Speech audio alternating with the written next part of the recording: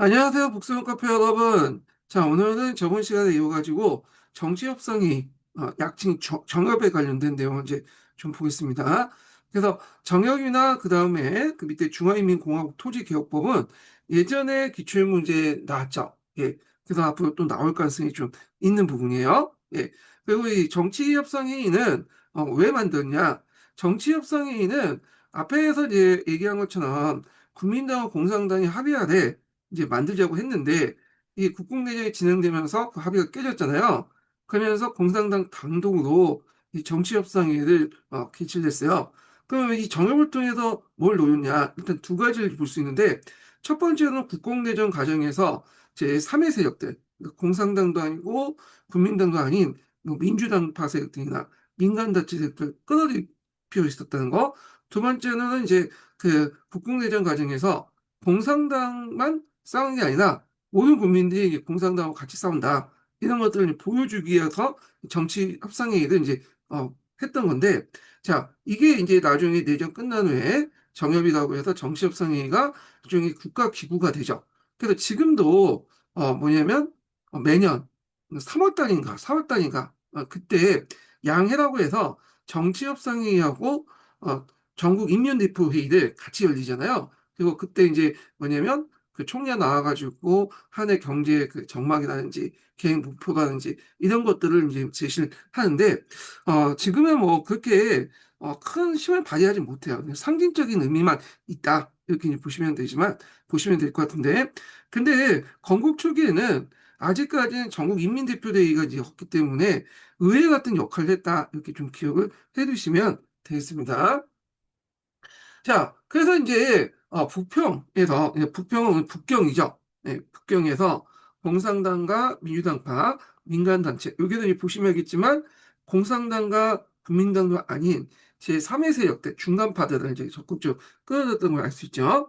그 인민의 광고, 각 지구, 각 민족, 학교 대표 등을 이제 모여가지고 인민정치 협상회의를 개최했다 이렇게 보시면 되겠습니다. 그래서 이제 정역 공동 강령을 이제 좀 볼게요. 자, 이 정역 공동 강령된 자세한 내용은 그 사하사에 있어요. 사하사에 있고 제가 이제 여기 심화 자료에는 약간 이제 일부만 이제 발췌를 해놨는데 자, 여기서 이제 볼 수 있는 게 뭐냐면 1조하고 내용을 좀 보시면 되겠습니다. 자, 중화인민공화국은 신민주주의 국가다. 자, 그래서 신민주주의라는 것을 있는데 이게 뭐냐? 이건 뭐냐면 그 자본주의에서 사회주의 넘어가는 어떤 가도기 단계 뭐냐면 국가 형태를 신민주주의 국가라고 하거든요. 그래서 이제 이거는 이제 신민주의 개념은 모택동이 제시했죠. 예, 그래서 모택동이 항일을 하는 과정에서 중간 세력들을 끌어들이기 위해서 이 신민주주의 국가를 제시했고 이때 이제 우리가 당장 그 뭐 공산당이 집권해서 사회주의로 넘어가는 게 아니라 자본주의의 사회주의로 넘어가는 가도기 단계로서 이 신민주의 국가를 제시했다. 이렇게 보시면 되겠습니다. 그래서 여기는 이제 그 내용을 보면요. 자, 노동계급의 지도를 시행하고 노동자 농민의 연맹을 기초로 해서 각 민주계급과 국내 각 민족의 을 단결시켜서 인민민주주의 독재를 위한 제국주의, 봉건주의, 관료 자본주의를 반대한다. 뭐 이런 내용이 있어요. 예. 그래서 사회 공산당을 중심으로 해가지고 그 당시 노동자 농민이 결합을 해가지고 혁명을 주도했지만 또 각기 이제 뭐냐면 그 민족 대표자들, 민족 계급들 이런 사람들도 이제 같이 참여한다는 개념이죠. 예. 그래서 이제 여기 그 중국의 국기에서도 잘 나와 있는데 중국 국기가 이제 오성 홍기잖아요. 그래서 이제 여기 보시면 큰 별 하나 있고 이건 공산당이죠. 그리고 네 개의 작은 별들 있잖아요 주변에. 그래서 여기는 노동자 농민과 관련된 벌이고 이걸 상징하고 있고요. 여기는 이제 민족부르주아 소부르주아 이런 계층들을 상징하고 있어요. 그러니까 이제 사회주의 국가인데 부르주아 세력들을 끌어들여서 한다는 거는 나름대로 그냥 자본주의 요소도 이제 품겠다 이렇게 보시면 되겠죠. 물론 모든 자본가가 아니라 민족부르주아나 뭐 이런 그 세력들 그러니까 매판 자본주의를 세력을 제외한 그런 이제 뭐냐면 세력을 제외하고는 자본주의 세력들 뽑겠다는 거죠. 예. 그래서 그 초창기 때는 이렇게 보시면 알겠지만 뭐냐면 자본주의를 이제 사회주의 본격적으로 내세운 게 아니라 자본주의를 이제 뭐냐면 같이 융합하는 그런 형태로 이제 됐다. 사회주의 좀, 이렇게 좀 감추고. 그 1954년에 이제 이런 이제 그 나중에 정치를 공포한 그 중화인민공화국 헌법하고 비교해 볼 수 있어요. 그래서 1954년 중화인민공화국 헌법은 본격적인 이제 사회주의를 내세우는데 여기까지는 아직 사회주의를 본격적으로 내세우지 않았다. 같이 간다. 이런 개념을 보시면 되겠습니다. 그래서 중화인민공화국은 관료제국을 몰수하고 이때 관료제국이라는 거는 이제 우리가 이제 남경 정권에 있었던 그런 권력층과 유착된 그 자본들 얘기하죠. 뭐 절강 자본이나 뭐 매판 자본의 대표적인 거잖아요. 예. 자, 하여튼 이것을 이제 인민의 국가를 소유하게 되고 점차적으로 봉건 반봉건 토지 소유제를 농민적 토지 소유제로 바뀐다. 자, 요거는 이제 뭐와 관련된 내용이냐? 그 뒤에 있는 중화인민공화국 토지개혁법과 관련된 내용이야. 예. 자, 그래서 있고 이건 나중에 뒤에 좀 설명하겠습니다. 그 노동자, 농민, 소자산 계급, 민족 자산 계급의 경제적 이익과 그 사회재산을 보호한다. 이렇게 보시면 되죠. 그래서 여기 보면 민족 자산 계급, 뭐 소자산 계급, 아까 얘기했죠. 민족 부르주아, 그다음에 소부르주아 이런 사람들의 재산을 뺏는 게 아니라 그들의 재산을 어느 정도 보호해주겠다. 그런 거죠. 자, 그래서 여기서 보시면 알겠지만 사회주의를 전면적으로 내건 건 아니에요. 예. 그래서 자본주의와 사회주의를 같이 가겠다라는 개념이죠. 물론 이제 이런 것들이 나중에 이제 6.25 전쟁이 끝나고 등등 해가지고 이런 것들이 이제 점점 없어지고 본격적으로 이제 뭐냐면 사회주의를 내세우게 되죠. 이건 나중에 좀 얘기고요. 자, 그래서 이제 정역 공동 강령, 정치협상 공동 강령이 어떤 이제 그 역할을 했냐? 요거 예전에 기출문제 나왔죠. 앞에서 이제 중화인민공화국 헌법. 예. 그래서 이제 중국 헌법이 만들어질 때까지 임시헌법 역할을 수행했다. 이렇게 좀 기억을 해 두시면 되고요. 그러면 정협의 결정 내용은 뭐냐? 이때 이제 초창기 때죠. 정치 협상의 결정 과정이 뭐냐? 자, 일단은 중국 인민정치협상회의 어떤 조직법을 만들 필요가 있겠죠. 그러니까 정협의를 만들겠다는 합의된 어떤 구두 약속이고 국가기관을 만들려면 법체계가 필요할 거 아니야. 그걸 뒷받침할 수 있는. 그래서 이제 이런 것도 있고, 그 다음에, 이, 그 정협에서 그게 이제 일종의 국회 역할을 했다고 했잖아요. 그래서 국가기관과 관련된 여러 법들을 이제 만들게 돼요. 그 중에 하나가 이제 뭐냐면 중화인민공화국, 중화인민정부의 조직법, 이런 것도 이제 만들게 되고요. 그러니까 그 당시까지는 일종의, 뭐냐면, 국회가 없다 보니까 전국인민대표회의가 아직 하지 않았죠. 그러니까 일종의 국회 역할을 해서 입법권을 이제 형식적으로 가지고 있었다. 이렇게 보시면 되겠습니다. 그래서 정협의 전국이의원회에 선거를 하고, 그 다음에 중화인민공화국, 중화인민정부의 위원회를 선거하고, 그 다음에 중화인민공화국을 선포하고요. 그다음 중화인민공화국 국기, 그러니까 오선홍기죠. 예. 참고로 이제 대만은 이제 뭐냐 국민당 정부는 청천백일기잖아요. 예. 그래서 오선홍기를 일종의 채택하고 그다음 중화인민공화국의 수도 수재지를 결정해요. 그래서 이때 이제 북경이 되죠.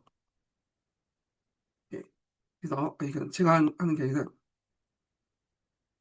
자, 북경이 된다. 이렇게 보시면 서울 경자가 되죠. 그래서 이제 이렇게 했고, 난경이 이때 이제 경자가 빠지고, 이게 난징인가? 중국어로? 하여튼 뭐 이렇게 됐다는 거죠. 예. 자, 그래서, 베이징, 난징이 그게 경자인가요? 잘 모르겠네요. 예. 하여튼 이제 그렇게 됐다라는 걸 좀 보시면 되겠습니다. 자, 그리고 세계 대다수 국가와 같은 연어를 사용했다. 이건 뭐냐면 서령을 사용했다. 지금 우리가 이제 쓰고 있는 그 연어잖아요. 자, 그래서 이제 국가지향은 앞에서 말한 요 단어, 식민주의 국가론에 이제 나와 있죠. 여기서 이제 자본주의 체제에서 사회주의 체제 넘어가는 이런 가도기적 어떤 체제다. 식민주의 사회라고 이제 있다는 거. 요건 모태똥이 이제 제시를 했다. 이렇게 보시면 돼요. 그러면 구체적으로 정치 경제에서 이런 시민주의 내용이 어떻게 반영됐냐? 이걸 이제 볼 텐데요. 일단 정치적으로 보면 노동자 농민 연맹을 기초하여 민주개혁과 국내 강민족을 단결시키는 인민 독재를 국가에 강화시키고 자, 그다음에 이제 참고로 이때 인민이라는 것은 그 어떤 의미라고 이제 냐면 우리가 생각하는 인민주권 그러니까 이제 뭐 늘수가 생각하는 인민주권 그런 개념이 아니에요. 예, 이때 인민이라는 것은 좀 계급적인 성격을 띠고 있죠. 그래서 그 악질 반동 문자, 그러니까 이제 공산당식으로 얘기하면, 그래서 뭐 여러 가지 매판 자본가나 그다음에 그 친일 자본들, 그 대지주, 악지주들을 제외한 모든 사람들을 똑같이 이제 뭐냐 대하고, 그리고 똑같이 나눠준다. 그러니까 계급을 척결하고, 그러니까 악덕한 사람들 이제 그 부르주아 세력들 없애고, 악덕한 부르주아 세력 없애고, 뭐냐면 그 나머지 사람들 인민이라고요. 예. 그래서 북한에서는 인민하잖아요. 예. 그래서 이제 이게 원래 그 의미가 아닌데 사회주의권에서는 이제 그런 의미로 쓰였다. 이렇게 보시면 되겠습니다. 자, 경제적으로는 반봉건적인 토지 소유제를 농민적 토지 소유제로 이제 변화시킨다. 여기 이제 중화인민공화국 토지개혁법에 잘 반영돼 있죠. 예. 그래서 이제 있고, 이때 농민적 토지 소유제 하니까 우리가 소유권을 인정한다. 이렇게 이제 토지 소유권 인정한다. 그게 아니죠. 사회주의 국가에서는 소유권, 그러니까 이때 소유권이라는 개념은 좀 정확히 필요할 텐데, 개인의 어떤 여러 가지 이제 그 물건이나 이런 것들을 의미한 게 아니에요. 이런 것들은 사회주의 국가에서도 이거 다 인정해줘. 북한에서도 남의 물건 이제 훔쳐가면 절도죄 처벌받거든요. 북한법에 의해서. 그러면 그때 개 소유가 뭐냐? 소유권의 의미가 뭐냐? 자, 그럼 여기에서 이제 생산소 도구의 소유, 시민적 소유를 얘기해요. 그러니까 집이라든지 그다음 토지라든지 공장이라든지 기업이라든지 이런 등등은 그 생산 도구잖아요. 이런 것들은 이제 뭐냐면 개인적 소유 못 하는 거야. 예. 그래서 이제 이런 것들 이제 보시면 되는데 그러면 여기에서 토지 소유제를 변화시킨다. 그러면 토지 소유제 자본주의적 어떤 소유제로 생각하시면 안 돼요. 앞에서 말했지만 중국이나 같은 사회주의 국가에서는 토지 같은 생산 도구는 생산 수단은 예, 그 소유권을 가지고 있지 못하죠. 이게 국가 소유야. 그러니까 여기에서 기본적으로 소유라는 거는 이거는 우리가 자본주의적 소유가 아니라 매매 양도 상속 이런 권한이 아니라 그건 뭐냐? 그거는 이제 그 경작권이다 이렇게 보시면 돼요. 경작권. 지금도 중국은 사회주의 국가이기 때문에 토지는 개인이 갖지 못해요. 소유권을. 네. 근데 지금 보면 중국의 뭐 부동산 시장도 발달돼 있고 그렇잖아요. 그거는 이제 어떻게 이제 얘기하냐면 보통 용인권이라고 하죠. 토지 사용권을 갖는 거야. 그래서 개인이 토지 사용권을 이제 갖고 70년 동안 가져요. 음. 이 용인권을 가지고 매매, 양도, 상속 등등 할 수 있어요. 개혁 개방 이후부터 이제 그게 가능했던 거죠. 예. 그리고 70년이 지나면 국가에 반납하냐? 아니죠. 예. 국가에서 이제 세금을 일정하게 좀 내고 다시 갱신할 수 있어. 그래서 원칙적으로는 뭐냐면 토지라든지 그다음에 기계 그 공장이라든지 이렇게 생산 수단을 뭐냐면 사회를 금지시키고 있지만 실제로 이 개혁 개방 이후로는 중국이나 뭐 베트남 그런 국가에서는 다 이제 뭐냐면 용인권이나 이름으로 실제 소유권을 인정했다 이렇게 보시면 되고요. 그래서 여기에서 농민 토지 소유제라는 거는 경작권을 의미한 거지 우리가 생각하는 어떤 그 뭐냐 자본주의 어떤 소유는 아니다 이렇게 보시면 돼요. 예. 자, 그래서 이제 하여튼 있겠는데 자, 그래서 이제 이런 것을 바탕으로 해가지고 했다. 그리고 이제 경제 발전 단계에서 보면 신민주주의 인민경제를 빌미로 농업국에서 공업국으로 변모시키겠다. 뭐 이렇게 하는 거죠. 그래서 농업군 1차 사업을 통해서 내가 2차 사업으로 옮기겠다. 이렇게 이제 보시면 되겠습니다. 예. 자, 그러면 중화인민국공화국 토지개혁법을 관련된 내용 보겠습니다. 자, 중국 공산당이 지향했던 농촌혁명과 토지개혁의 방향을 반영을 하고 있죠. 예. 그래서 이것도 이제 17년 기출문제 관련돼서 나왔는데, 이때 나올 때 어떻게 나왔냐면, 이때는 이제, 명칭을 쓰라고, 이 개혁법. 그래서 다들 못 썼어. 근데 토지개혁법, 약칭해서 토지개혁법이죠? 여기 쓰면 돼. 토지를 개혁하려고 하는데 그 법이 뭐냐. 그게 토지개혁법이죠. 그러니까 동호방법이잖아요. 동호방법 그 오류를 범하는데, 그걸 문제 낸 거야, 그냥.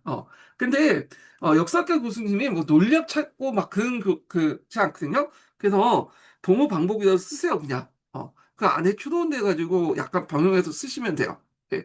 그래서 이렇게 요즘에는 지문이 있고 예문이 있는 과정에서 그 안에서 추론하는 그 문제들이 많이 나왔다. 이렇게 보시면 되겠습니다. 자, 앞에서 이제 그 목적은 이제 뭐냐면 정역 그 강령에도 나와 있죠. 여기 앞에서 말한 것처럼 지주 토지 소유제를 폐지하고 농민적 토지 소유제를 통해서 새로운 사회 체제를 건설한다. 근데 여기에서 소유라는 것을 자본주의 의미로 받아들이면 안 된다. 이렇게 이제 농민주의 토지 소유제. 그래서 이때 소유라는 것은 매매, 상속, 양도 이런 그 견항이 아니에요. 여기서 말하는 거는 경작권을 얘기해요. 경작권.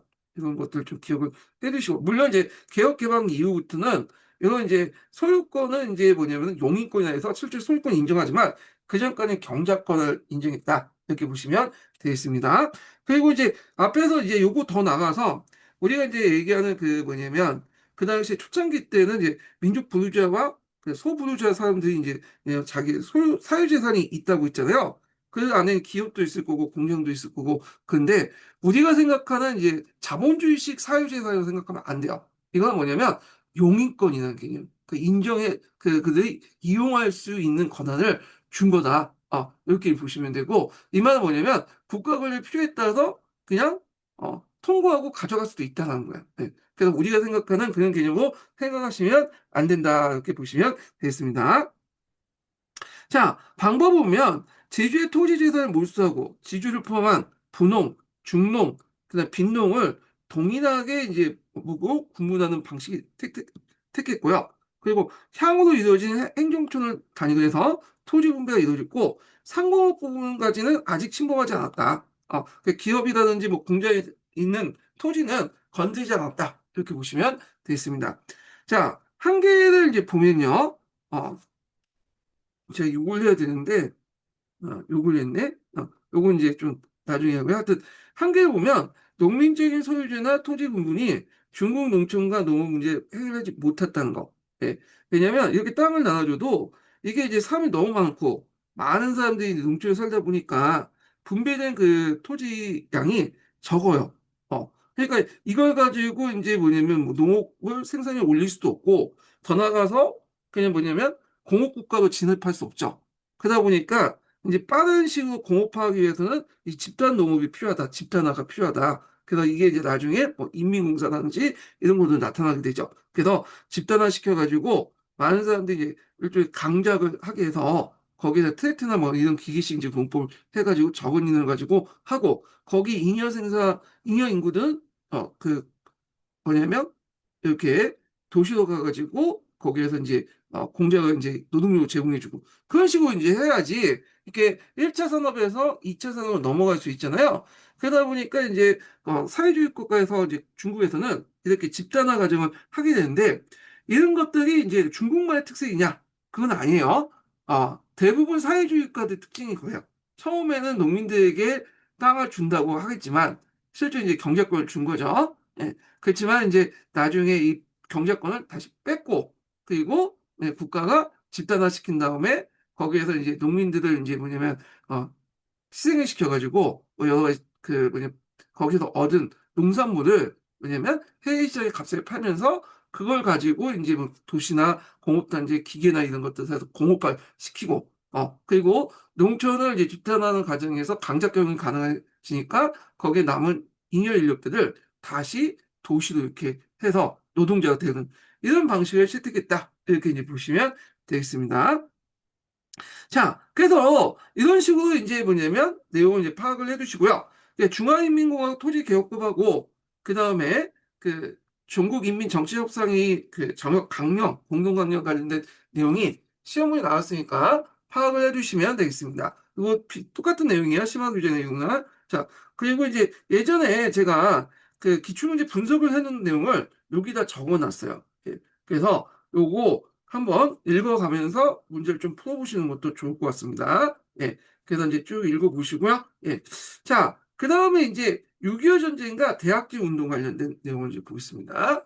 자, 일단 6.25 전쟁은 이제 우리나라와 관련됐죠. 네. 그래서 한국 전쟁이 60년에 일어났잖아요. 그런데 이제 북한이 60년이 난다. 50년에 일어났죠. 예. 북한이 이제 38서 이북이 뚫리고 나서 다시 국군하고 유행을 북진을 하면서 이제는 거의 압록강 유역에만 남았을 때 중국군이 대규모 개입을 하게 된 거죠. 예. 그때 내걸었던 구호가 뭐냐면 한미원조예요. 한미원조. 그래서 미국과 대항해서 조선을 돕는다. 이때 조선은 이제 조선인민공화국이죠. 예. 그게 이제 약간 이제 뭐 표하고 뭐가 비슷하냐면 한미원조가 그때 그 임진왜란 때도 명나라 군대 갔잖아요. 그때 내가 어떤 게 뭐냐? 항해 원조죠. 그래서 그 당시 이제 중국에서는 임진왜란 항해 원조 전쟁이라고 해요. 외와 대항해서 조선을 돕는다. 네. 그래서 이제 이런 문구 이제 개입을 했다. 이렇게 보시면 되겠습니다. 그래서 그 당시 이제 이걸 통해서 좀 약간 사회적 공포 분위기를 조성해서 중국 공산당의 어떤 통치 기반 항반도 상당히 성공을 했는데 또 이것 때문에 원래는 이제 대만을 이제 점령을 해야 되는데 대만의 병력들을 상당히 빼가지고 이렇게 이제 한국전쟁에 개입을 했잖아요. 그러다 보니까 대만 정복을 놓쳤죠. 이런 것도 이제 손해를 볼 수 있고 그 다음에 미국하고 대항하는 과정에서 미국의 또 여러 가지 이제 어떤 경제적인 어떤 그 압박 그 다음에 이런 그 금수 조치 제재 때문에 등등 해가지고 중국이 상당히 이제 공업화하는데 발전시키기 어려웠다. 80년대 전까지 이렇게 보시면 되겠습니다. 자, 그 다음에 이제 볼게요. 집단 농장과 인민공사 관련된 내용을 보겠습니다. 자, 여기 집단농장 인민공사를 볼게요. 자, 앞에서 말한 것처럼 토지를 이렇게 또 공중이 나눠줘도 하도 인구가 많고 토지는 좁다 보니까 받은 토지가 적을 수밖에 없잖아요. 거기에서 뭐 공업화를 한다? 안 되죠. 그러다 보니까 집단화가 필요했던 거야. 그래갖고 이제 갑자기 집단화 시키면 반발이 많으니까 처음에는 초급 합작사, 그 다음에 고급 합작사, 그 다음에 인민공사. 이렇게 이제 3단계를 거쳐가지고 집단을 했다. 이렇게 보시면 되겠습니다. 자, 인민공사는 또 대학진 운동하고 다 관련돼 있죠. 예. 자, 초급합자서 단계까지는 그렇게 큰 반발이 없었어요. 왜냐면 규모도 작았고 예전부터 이제 상부상조한 조직 같은 것도 있죠. 그걸 이제 본따서 이제 초급합자서를 했기 때문에 그냥 농민들이 그냥 자발적으로 이제 그냥 참여를 했다. 이렇게 보시면 되겠습니다. 그래서 이제 이렇게 있고 그래서 토지와 생산수단은 갖고 사유하고 이때 사유라는 건 주의할 건 소유라는 왜 자본주의식 말하는 소유권은 아니라 경작권 용인권 이런 개념을 파악을 하세요. 파악을 하셔야 됩니다. 자, 출제에 따라 노동에 따라 수익을 분배했다. 이렇게 했는데, 자, 근데 고급합작사 단계 넘어가면서 이때부터는 좀 농민의 반발이 좀 많았나 봐요. 그래서 강제적으로 참여를 시켰다. 그래서 생산수단은 집단 소유권.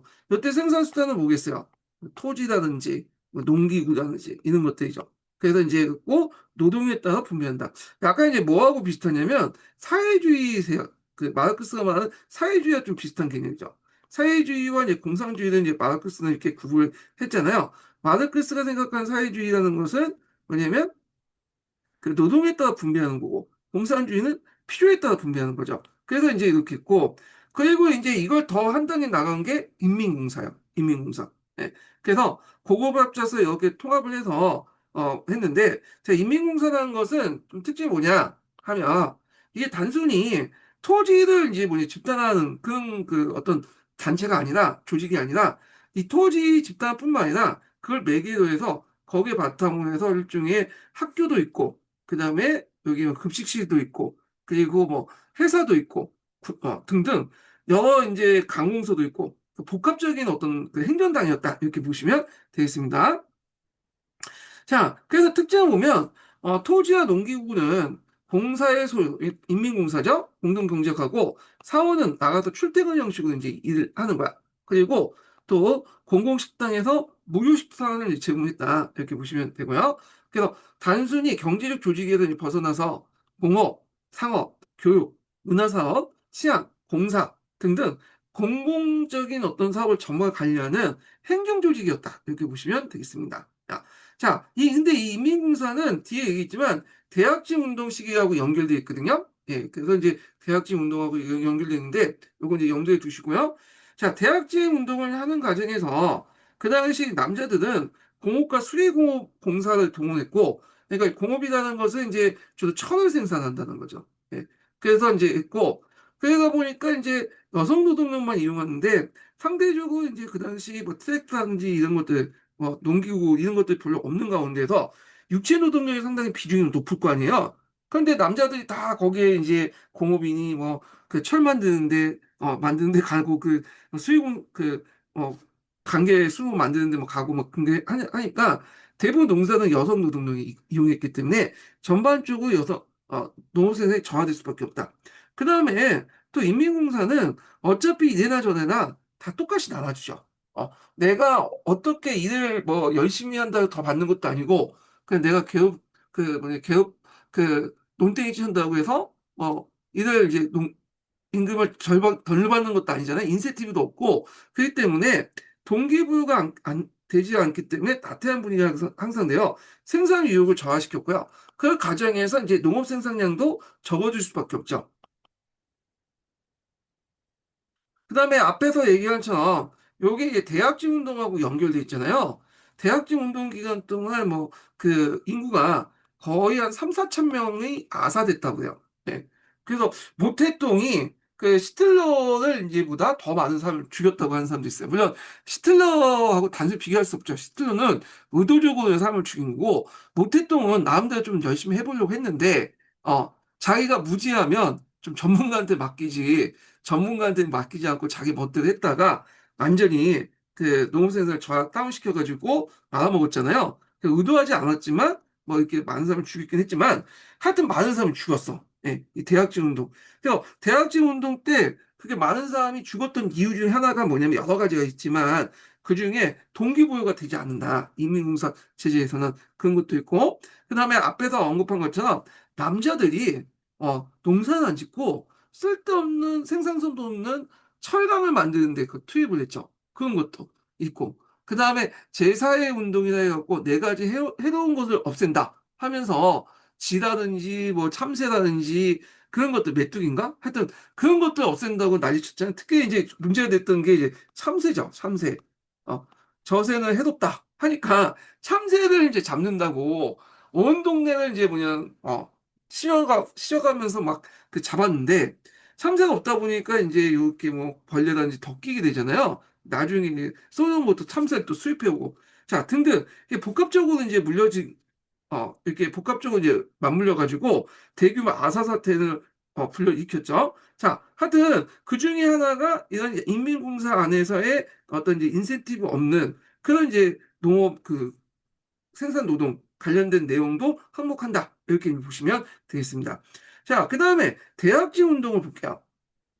대학지 운동은 모택동이 주창하고 제8차 전국인민대표회의에서 채택을 했다. 이렇게 보시면 되는데, 자, 배경을 보면 이때 이제 그 대학지 운동까지는 소련식 경제 모델을 받아들였어요. 계획경제, 1차 생산, 1차 발전 계획, 2차 경제 발전 계획, 이런 식으로 소련식 경제 발전 계획을 받아들였는데, 자, 이때는 사회가 소련하고 나빠지기 시작해. 우리가 여러분도 알다시피 그때 후르시초프가 이제 등장하면서 서로 이제 스탈린하고 후르시초프 간에 논쟁이 있었잖아요. 그래서 후르시초프는 이제 스탈린부터 그 당시 이제 뭐냐면 그 교조주의자 있고 스탈린은 후르시초프를 수용주의자 이렇게 비판을 했잖아. 자, 그러다 보니까 또 소련의 지원이 이제 끊기게 돼. 그래서 소련의 지원 아래 이제 했던 이런 경제 개발 계획을 더 이상 유지할 수 없는 거야. 그러니까 소련식 개발이 아닌 나름대로 독자적인 사회주의 어떤 경제 개발이 또 필요하다. 이렇게 이제 생각해서 대학주 운동을 했다는 거. 자, 그래서 이제 이렇게 했고 이걸 통해서 이제 소련보다도 중국을 이제 뭐 공산주의권 안에서 종주국 인정받는 그런 이제 의도도 있었다. 이렇게 보시면 되겠습니다. 자, 그러면 요 대학제 운동 관련된 내용을 이제 볼게요. 자, 요거는 이제 그 예전에 한번 시험에 나왔기 때문에 한번 전반적으로 챗 GPT를 통해서 이제 한번 학습을 하고 나서 한번 또 내용을 좀 보겠습니다.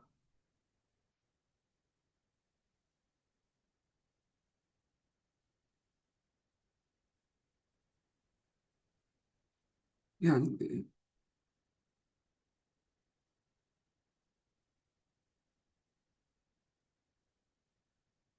어, 중국에서 대약진 운동이 있었잖아. 그 대약진 운동의 어떤 배경, 가정, 그 다음에 결과, 그 대해서 좀 얘기해줘.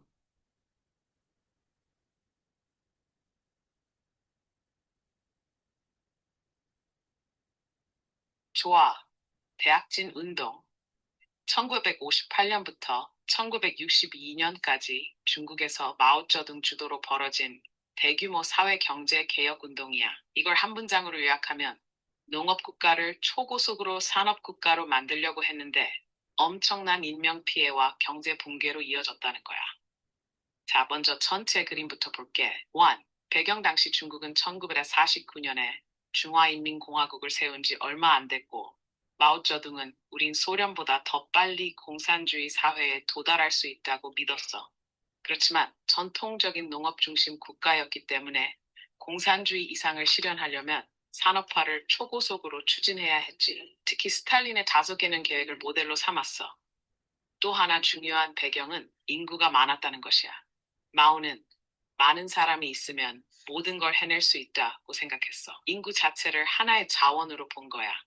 마치 사람이 많으면 삽질이라도 해서 고철로 강철을 만들 수 있다는 식이지. 2. 가정 1958년에 본격적으로 시작돼. 이때 핵심 키워드는 두 가지야. 인민공사와 철강 생산 확대. 먼저 인민공사는 마치 거대한 공동체 생활단이야. 모든 농민이 땅과 가축을 국가에 바치고 함께 일하고 함께 먹고 자게 해. 집단 농장 같은 느낌이지. 말하자면 한 마을이 한 공장처럼 움직이게 만든 거야. 그리고 철강 생산은 아주 극단적이었어. 농민들까지 자기가 사는 마당에 소형 용광로를 만들고 집에서 솥이나 자전거 같은 철 제품을 녹여서 철강을 만들었어. 물론 그 철은 거의 쓸모없는 고철이었지. 게다가 이 시기에 과도한 생산 실적 보고가 문제였어. 예를 들어 어떤 마을에서 실제로는 1톤의 밀을 수확했는데도 10톤이라고 보고해. 그러면 중앙정부는 오, 10톤이나 됐구나 하고는 9톤을 징수해가. 그러면 남은 1톤조차 없으니 농민은 먹을 게 없게 돼. 3. 결과 이건 정말 비극적이야. 결과적으로 1959년부터 1961년 사이에 수천만 명이 아사했어. 보통 추정으로는 최소 2천만에서 많게는 4,500만 명까지로 봐. 마오쩌둥의 리더십도 큰 타격을 입었고 이후에는 류사오치와 덩샤오핑 같은 실용주의적 지도자들이 잠깐 앞에 나서게 돼.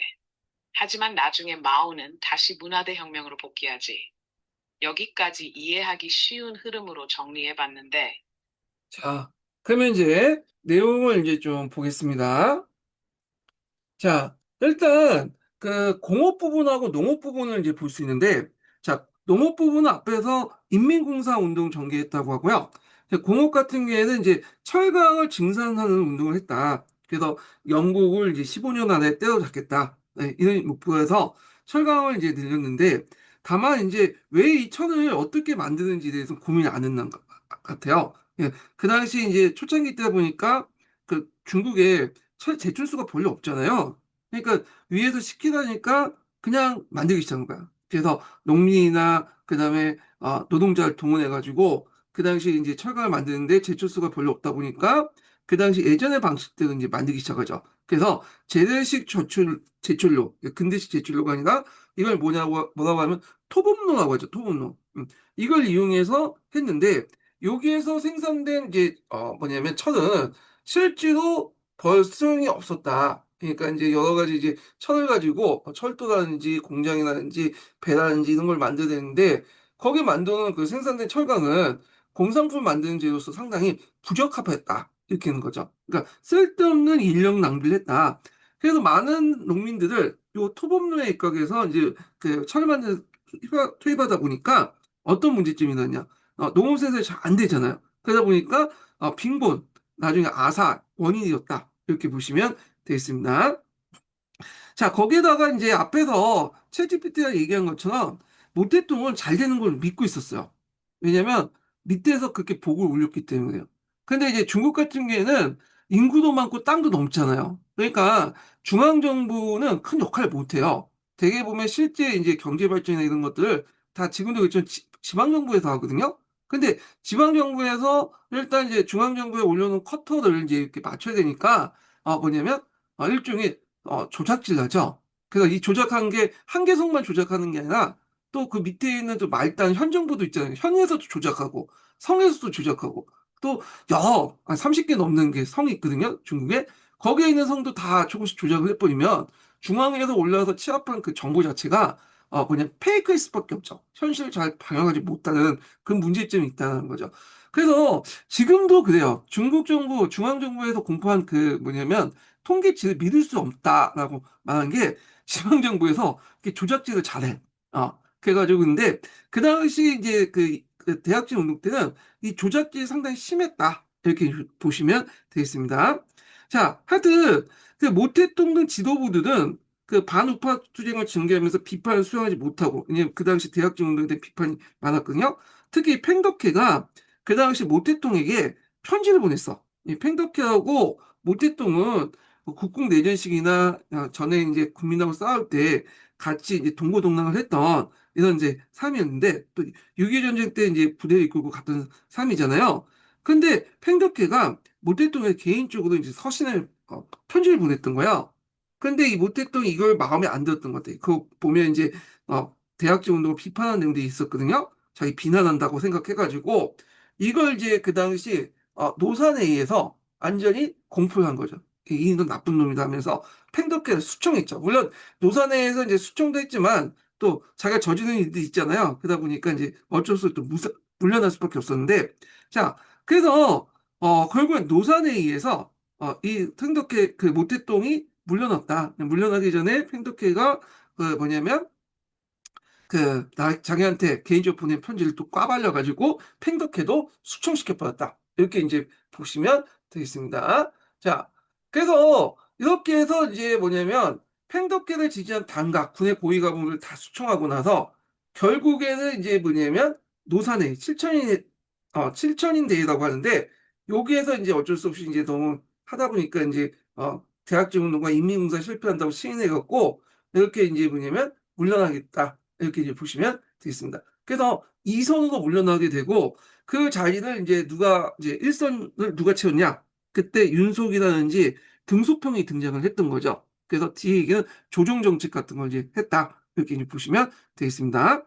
자, 결과를 보면 농촌의 전반적 생산력 감소, 아까 인민공사 운영체제에서 얘기했죠. 그 다음에 중공업 오점 정책으로 산업구조 취약성이 드러났는데 앞에서 철강 생산에 너무 몰두했죠. 예. 근데 거기에서 생산된 철강 자체가 뭐냐면 쓸모도 없고 많은 사람들이 이제 농업이나 다른 사업에서 다 철강을 몰리다 보니까 이 다른 사업이 발전이 되지 못하고 대규모 아사자가 일어난 거죠. 그래서 식량 부족 상태가 발생됐고 일용 수비품이 부족했다. 그 다음에 이제 자연재해 또 소련 원조 중단도 계속 실패를 거듭했게 되고요. 자, 그래서 이제 이게 너무 이제 실패하다 보니까 안 되겠다 해가지고 나중에 이제 조정 정책을 통해서 그 당시에 조그만 농지의 경작권을 나눠주고 그 다음에 개인 걸로 인정하는 하고 공공식당 제도를 중지시키는 그게 있는데, 요거는 이제 윤석이하고 등소평이 이제 했던 조정 정책 관련된 내용이야. 예. 요거는 좀 뒤에 있으니까 그때 좀 살펴보기도 하고요. 자, 그 다음에 이제 넘어가서요. 조정 단계, 조정 정책 관련된 내용을 이제 보겠습니다. 자, 그래서 이제 앞에서 말한 것처럼 그 당시에 이제 그 이성은 물러났잖아요. 그리고 그때 이제 윤석이하고 등소평이 이걸 잠깐만요. 짝을 이뤄가지고 그 당시 이제 그 정책을 이제 복구하는 정책이 뭐냐 조정 정책이다 이렇게 보시면 되겠습니다. 자, 그리고 이제 또 그렇게 할 수밖에 없는 게 그 당시에는 또 앞에서 이제 중소간의 대립이 격화됐다, 더 대립이 격화됐어. 그래서 소련이 예전에 이제 했던 공장 건설 다 계약을 파기시키고 돌아왔어요. 자기 그 기술자를 다 철수시키니까 이게 안 되겠다. 대학진 때문에 이제 경제 파탄됐는데 소련이 이제 예전부터 만들어주기로 했던 그런 공장 건설도 안 해줘. 그러다 보니까 이제 어떻게든 먹고 살아야겠다. 그래가지고 그 당시 여러 가지 개혁을 했다는 거죠. 예. 그래서 생산 목표와 속도를 완화시키고, 예. 그리고 앞에서 뭐 이게 농업 그 중공업을 되게 투자했잖아요. 그 대신에 농업 투자를 확대했다. 일단은 1차 산업인 그 농업이 발달돼야지 먹고 살 수 있잖아요. 그리고 인민공사 규모가 축소됐고 그 앞에서 이제 언급했던 요거와 연결되어 있는 결과 관련된 내용이 3자 1포 정책이야.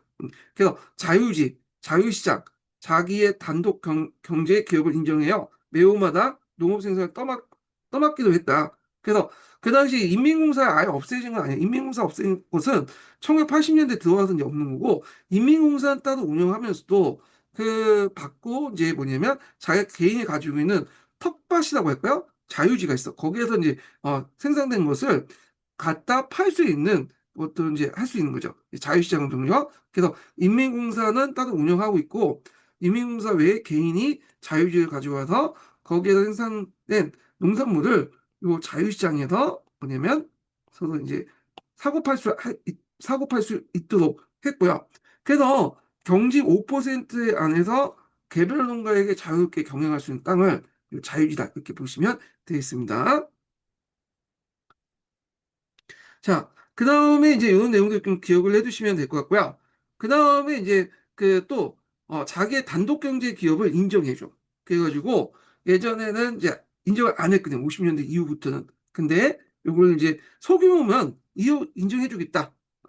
그래서 이런 내용들 좀 기억을 해두시면 되겠습니다. 그래서 자유지나 자유시장, 자기의 단독 경제 기업을 인정해서 매호마다 농업 생산을 떠맡기는 개별적으로 이제 이렇게 하게 하는 그러면서 농업 생산을 올리는 그런 방법을 했다. 자, 그러다 보니까 개별적인 경제 주체의 운용폭이 이제 확대돼서 생산 의욕이 크게 향상됐다. 이렇게 보시면 되겠습니다. 자, 그 다음에 여기 이제 7천인 대회 같은 거 있잖아요. 예. 그래서 이제 7천인 대회 노사회의라고 하거든요. 노사회의. 예.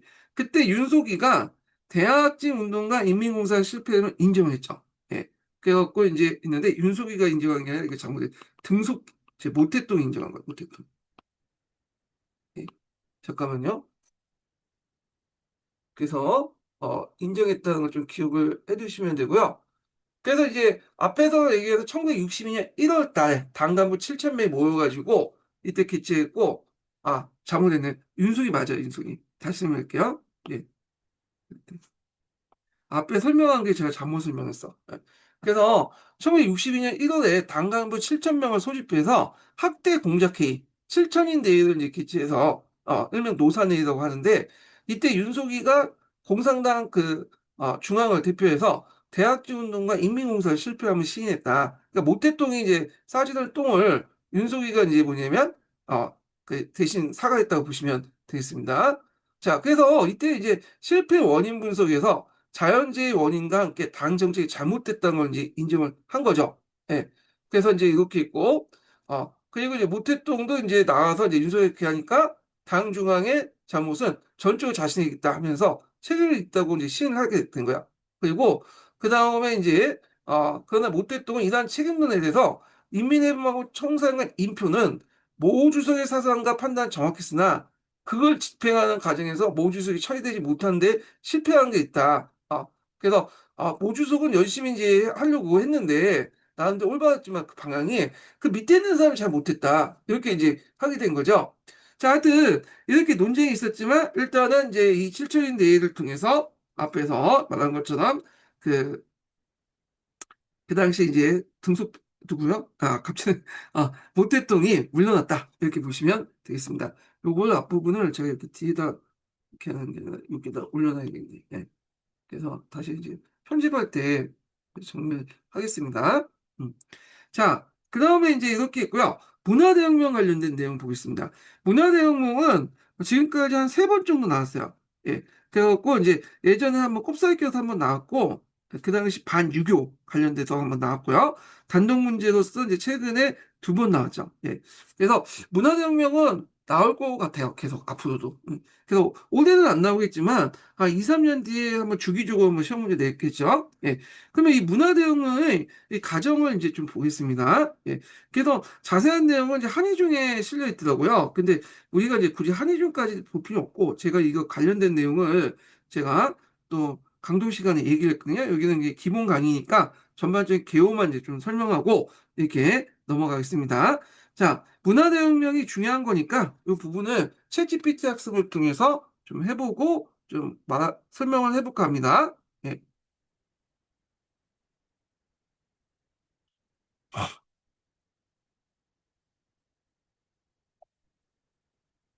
문화대혁명에 대해서 좀 알려줘.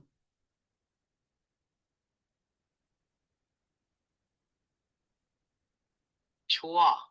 문화대혁명. 1966년부터 1970년까지 중국에서 벌어진 정치적 대격변이야. 한 문장으로 요약하자면 마오쩌둥이 자신의 권력을 회복하고 공산주의 이념을 순수하게 지키겠다는 명분 아래 중국 사회 전체를 뒤엎은 대혼란이었어. 자, 먼저 큰 그림부터 보자. 1. 배경 대약진 운동이 실패한 뒤 마오쩌둥은 실질적인 권력에서 한 발 물러났어. 그 자리를 류사오치, 덩샤오핑 같은 현실주의적 지도자들이 대신하면서 점점 시장 요소를 도입하고 경제 회복에 집중하기 시작했지. 그런데 이걸 마오는 자본주의적 회보라고 봤어. 마오가 원하는 건 순수한 공산주의, 즉 혁명 정신의 부활이었거든. 그래서 마오는 다시 한번 자신이 혁명의 유일한 중심임을 각인시키기 위해 전체 중국 사회를 대상으로 이념 투쟁을 벌이기 시작해. 이게 바로 문화대혁명이야. 2. 과정 시작은 1966년. 베이징 대학과 칭화대에서 학생들이 우리는 자본주의 반동분자에 맞서야 한다 하며 운동을 벌인 거야. 이들을 홍위병이라고 불렀어.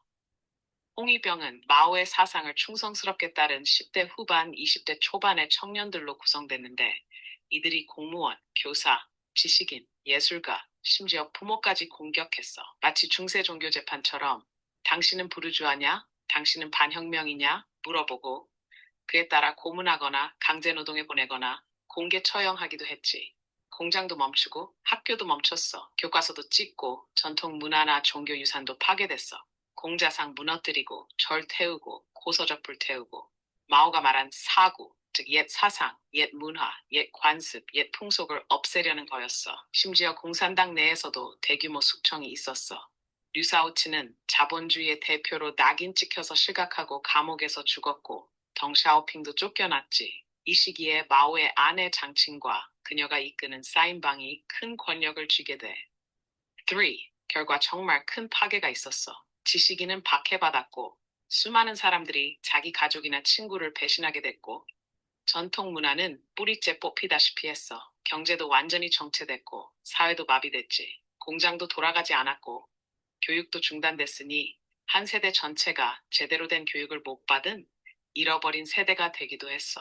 마오가 죽고 나서 덩샤오핑이 복귀하면서 문화대혁명은 공식적으로 완전히 실패한 운동으로 규정돼. 중국 공산당도 1982년에 문화대혁명은 마오의 잘못된 결정이었다고 공식 발표했지.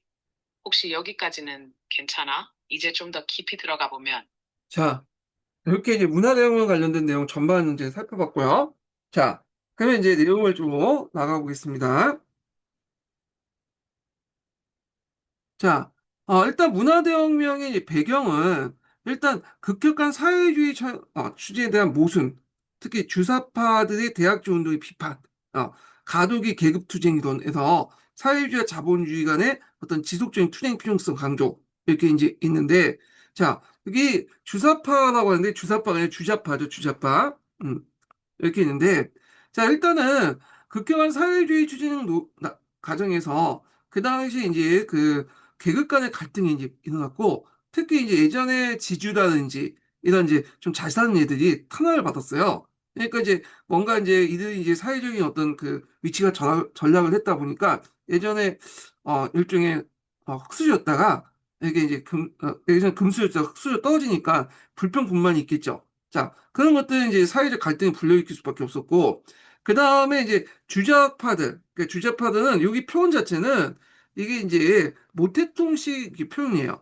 모태통은 이제 윤석이나 그 다음에 그 당시 등소평을 같은 실권자들을 조정정책과를 보고 아 이거 자본주의 아니냐 이렇게 비판을 하면서 자본주의를 추구하는 사람들 그래서 주자파라고 이제 얘기를 했거든요. 자, 근데 이제 윤석의 등소평이 이제 실권을 장악하면서 예전에 대학주 운동에 상당히 비판을 했던 거야. 거기다가 이제 이선을 물러난 이는 이제 뭐냐면 모태동 입장일 때는 상당히 이제 자기가 권력을 잠시 놓았으니까 이 윤석이나 등소평에 대해서 안 좋은 감정이 있겠어. 그래서 다시 권력을 다시 차리려고 했던 거고 그때 그 내었던 논리가 가독이 계급투쟁 이론이야. 이게 뭐냐 하면 비록 이제 사회주의 혁명은 달성했죠. 그렇지만 사회주의 혁명이 달성했다고 다 끝난 게 아니야. 계속 진행돼, 사회주의 혁명은. 왜냐면 내부의 주자파 같은 자본주의적인 어떤 요소를 추구하는 사람들이 있기 때문에 이들을 이제 뭐냐면 척결해야지. 그러다 보니까 이제 뭐냐 이념 투쟁도 해야 되고 그리고 그 과정에서 이제 우리가 알고 있는 문화대혁명 같은 것들 일어났죠. 예, 이런 것도 있고, 물론 이제 이건 하나의 명분이고, 실제로는 뭐냐면 등소평이, 뭐냐면 다시 권력을 되찾기 위해서 이런 문화대혁명을 일으켰다, 이렇게 보시면 되겠습니다. 자, 그 다음에 이제 대외적인 거는 뭐 중요한 건 아니고 넘어가고요. 자, 일단 목표는 공산주의 혁명을 완성한다는 이제 명분 아래 실용주의 노선을 비롯해 정통적 가치와 문화를 일소시키는 그런 정책을 했다. 그래갖고 이제 여기 보시면 알겠지만, 그 당시 여기 제가 말한 것처럼, 여기 사고를 없애자. 그래서 이제 구시대적 사상, 문화, 풍속, 습관 등을 타파한다는 명목으로 폭력적인 행동을 일삼았는데 그때 홍위병들이 나가서 못했던 언어를 이제 들면서 그 시대에 했죠. 그래서 중국에서 이제 5천 년 동안 내렸던 그런 문화재들을 다 파괴시키고 홍위병들이. 그래서 이 문화재를 그대로 뒀으면 나름대로 중국의 어떤 브랜드를 같이 올리고 지금도 관광객들이 더 많이 올 텐데 다 파괴시킨 거야. 그래서 지금은 중국이 하도 문화 대혁명 때 자기 문화를 자기 스스로 파괴하는 그 뻘짓을 하는 바람에 계승한 문화가 없어요. 예. 그래서 실제 겉으로는 계승한 것 같지만 실제 알맹이가 없어. 그래갖고 이거 나중에 뭐 중국 음악이라든지 미술이라든지 이런 것들은 다 이제 계승자들을 쳐내고 반동이나 죽이고 떼역 부시고 하다 보니까 이게 전수할 사람들이 없잖아요. 전수할 그 분위기도 아니고. 그러다 보니까 지금 이제 중국 음악이나 미술이나 정통적이라고 하는 것들은 후에 이제 뭐냐면, 나중에 학자들에 의해서 그냥 복원되는 거죠. 복원되거나 아니면 그냥 새롭게 만든 걸 그냥 중국적이라고 이름 갖다 붙인 거고 아니면 우리나라 그 김치라든지 이런 것들이 가지고 와서 중국이라고 중국 거라고 중국 정통 거 한복이나 뭐 김치도 다 중국 거라고 우기고 그 짓을 지금 하고 있잖아요. 예. 자, 그래서 그때 이제 이렇게 하는 과정에서 이제 문화재 파괴도 일어났고 그 다음에 이제 뭐 그 지식인이나 교사, 교수, 당간부 얘들은 다 이제 뭐냐 비판받고 박해당하고 홍위병들 맞아 죽고 그렇게 있죠. 그래서 그 넷플릭스에서 보이는 삼체에 보면 그 첫 장면이 나오잖아요. 이 교수가 이제 끌려나와서 자기 제자들한테 이제 뭐 얻어맞고 죽고 이렇게 이제 있고 또 홍위병들끼리 지네끼리 치고받고 싸워요. 그래서 이 혼란 상황이었어요. 이런 상황이 있었다. 이렇게 보시면 되겠습니다. 자, 그러면 하여튼 이건 나중에 이제 그 문화대혁명 진행 과정에서 했던 거고, 자, 계기가 됐던 사건이 뭐냐? 이게 뭐냐면 두 가지로 볼 수 있는데, 두 번째 대학지 운동의 풍자수표인 삼감촌 찰기대 공동지배 상가를 비판이 확산했는데, 요거에 대한 설명은 동기에 있어요. 근데 이게 시험 문제 안 나오고 주로 해석학과 사건이 나오거든요. 근데 상감촌 찰기대는 이제 뭐냐라는 걸 좀, 인데, 요거는 한번 챗GPT 학습을 통해서 좀 알아보기로 하겠습니다. 예. 이건 동계에 잠깐 언급돼 있고 그거에 대한 구체적인 설명이 안 나와 있어요. 예.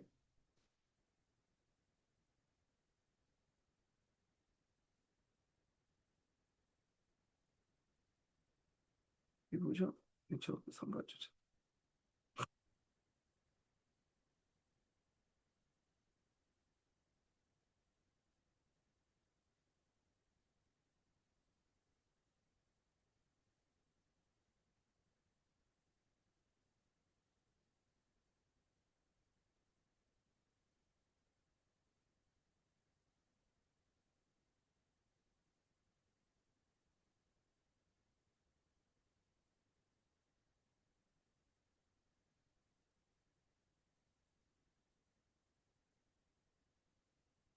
자, 여기에 상가촌 찰기라는 게 나와 있거든요. 그래서 여기 보면 상가촌 찰기는 1961년부터 해서 64년까지 베이징 신문과 잡지에 연재된 풍자전 칼럼 시리즈라고 이제 있고 그때 베이징시 당위원회 소속인 지신 3명. 예, 그래서 덩투 우한 나오모사 제가 발음이 좀 그러긴 한데 하여튼 3명이 공동 집필했다. 그래서 이제 이들은 이제 역사적 인물이나 이야기 인용하면서 대학적 운동 실패 이후 마오쩌둥의 독단적인 지도 방식과 현실을 무시한 것을 우회적으로 비판했는데, 자, 그래서 이제 마오쩌둥과 그 안에 그 강청, 중국 짱칭이라고 하는 얘가 딱 보기에 일단 얘네들이 이제 눈에 가신 거죠. 그래서 이때 이제 뭐냐면 문제가 됐던 게 상가촌 차이하고 뒤에 있는 해석판관을 걸고 넘어가는 거죠. 그래서 이 상가촌 차이하고 해석판관 그 관련된 인물들이 어떤 사람이냐면 되게 그 모태 등소평하고 특히 윤속이 계열이야. 그러니까 이제 그 안에 공상된 윤속이 파번에 있는 사람이잖아요. 그러니까 윤속을 먼저 치기 전에 윤속이 그 파번에 속해 있는 그 밑에 있는 장가지부터 공격을 하기 시작한 거야. 예. 자, 하여튼 그래서 이제 이렇게 해서 상가촌차기에 대해서 문제를 제기했다. 그래서 이제 이렇게 보시면 되겠습니다. 그래서 이 상가촌차기는 신문과 잡지에 연재된 풍자적인 칼럼 시리즈를 이제 상가촌차기라고 보고 세 명이 썼기 때문에 이제 이렇게 이름이 붙여진 거라고 보시면 되겠습니다. 자, 결론은 이 상가촌 차기는 단순히 문학적인 비판 대상이 아니었고, 마오쩌둥이 자신의 정치적 반대파를 제거하기 위해서 평상시에 자기들 이제 뭐냐면 이렇게 공격을 할 거라고 생각한 풍자한 그 사람들 상가촌 차기에 있는 그 사람들 찾아내서 뭐냐면 탄압은 사건이고 그 과정에서 이제 여기에 윤석이 계열 인물과 관련돼 있으니까 타고 해서 윤석이를 나중에 궁극적으로 쳐내려고 했다. 이렇게 이제 보시면 되겠습니다. 자, 그래서 이제 이 상가촌 찰기하고 그다음에 또 아까 얘기한 여기 해서판단 사건이 일종의 문화대혁명 계기가 됐던 사건이다. 이렇게 보는데 시험 문제는 상가촌 찰기는 안 나왔죠, 지금까지.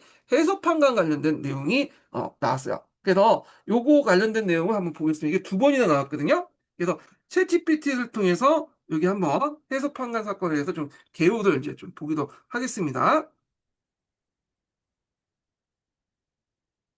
문화대혁명의 이제 발생 계기 중에 해서판관 관련된 내용이 있잖아.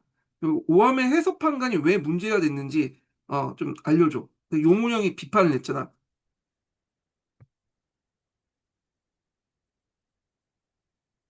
오, 아주 날카로운 질문이야. 문화대혁명의 도화선 중 하나인 해석과 판단 문제, 그리고 오함과 용오형, 특히 오함의 역사극 해하방의 막관에 대한 정치적 해석이 어떻게 문화대혁명을 촉발했는지를 말하는 거지. 이건 진짜 흥미롭고 문화대혁명의 초기 국면을 이해하는 데 핵심적인 사건이야. 자, 천천히 정리해 볼게. 1. 오함과 해하방. 오함은 역사학자이자 작가였고 당시엔 꽤 영향력 있는 지식인이었어. 중국 명나라 시대 청백리인 해리가 부패한 권력자에 맞서 직언을 하고 파면되는 이야기를 각색해서 1961년에 이 연극을 발표했지. 자, 여기서 중요한 건 이 연극이 단순한 역사극이 아니라고 여겨졌다는 점이야.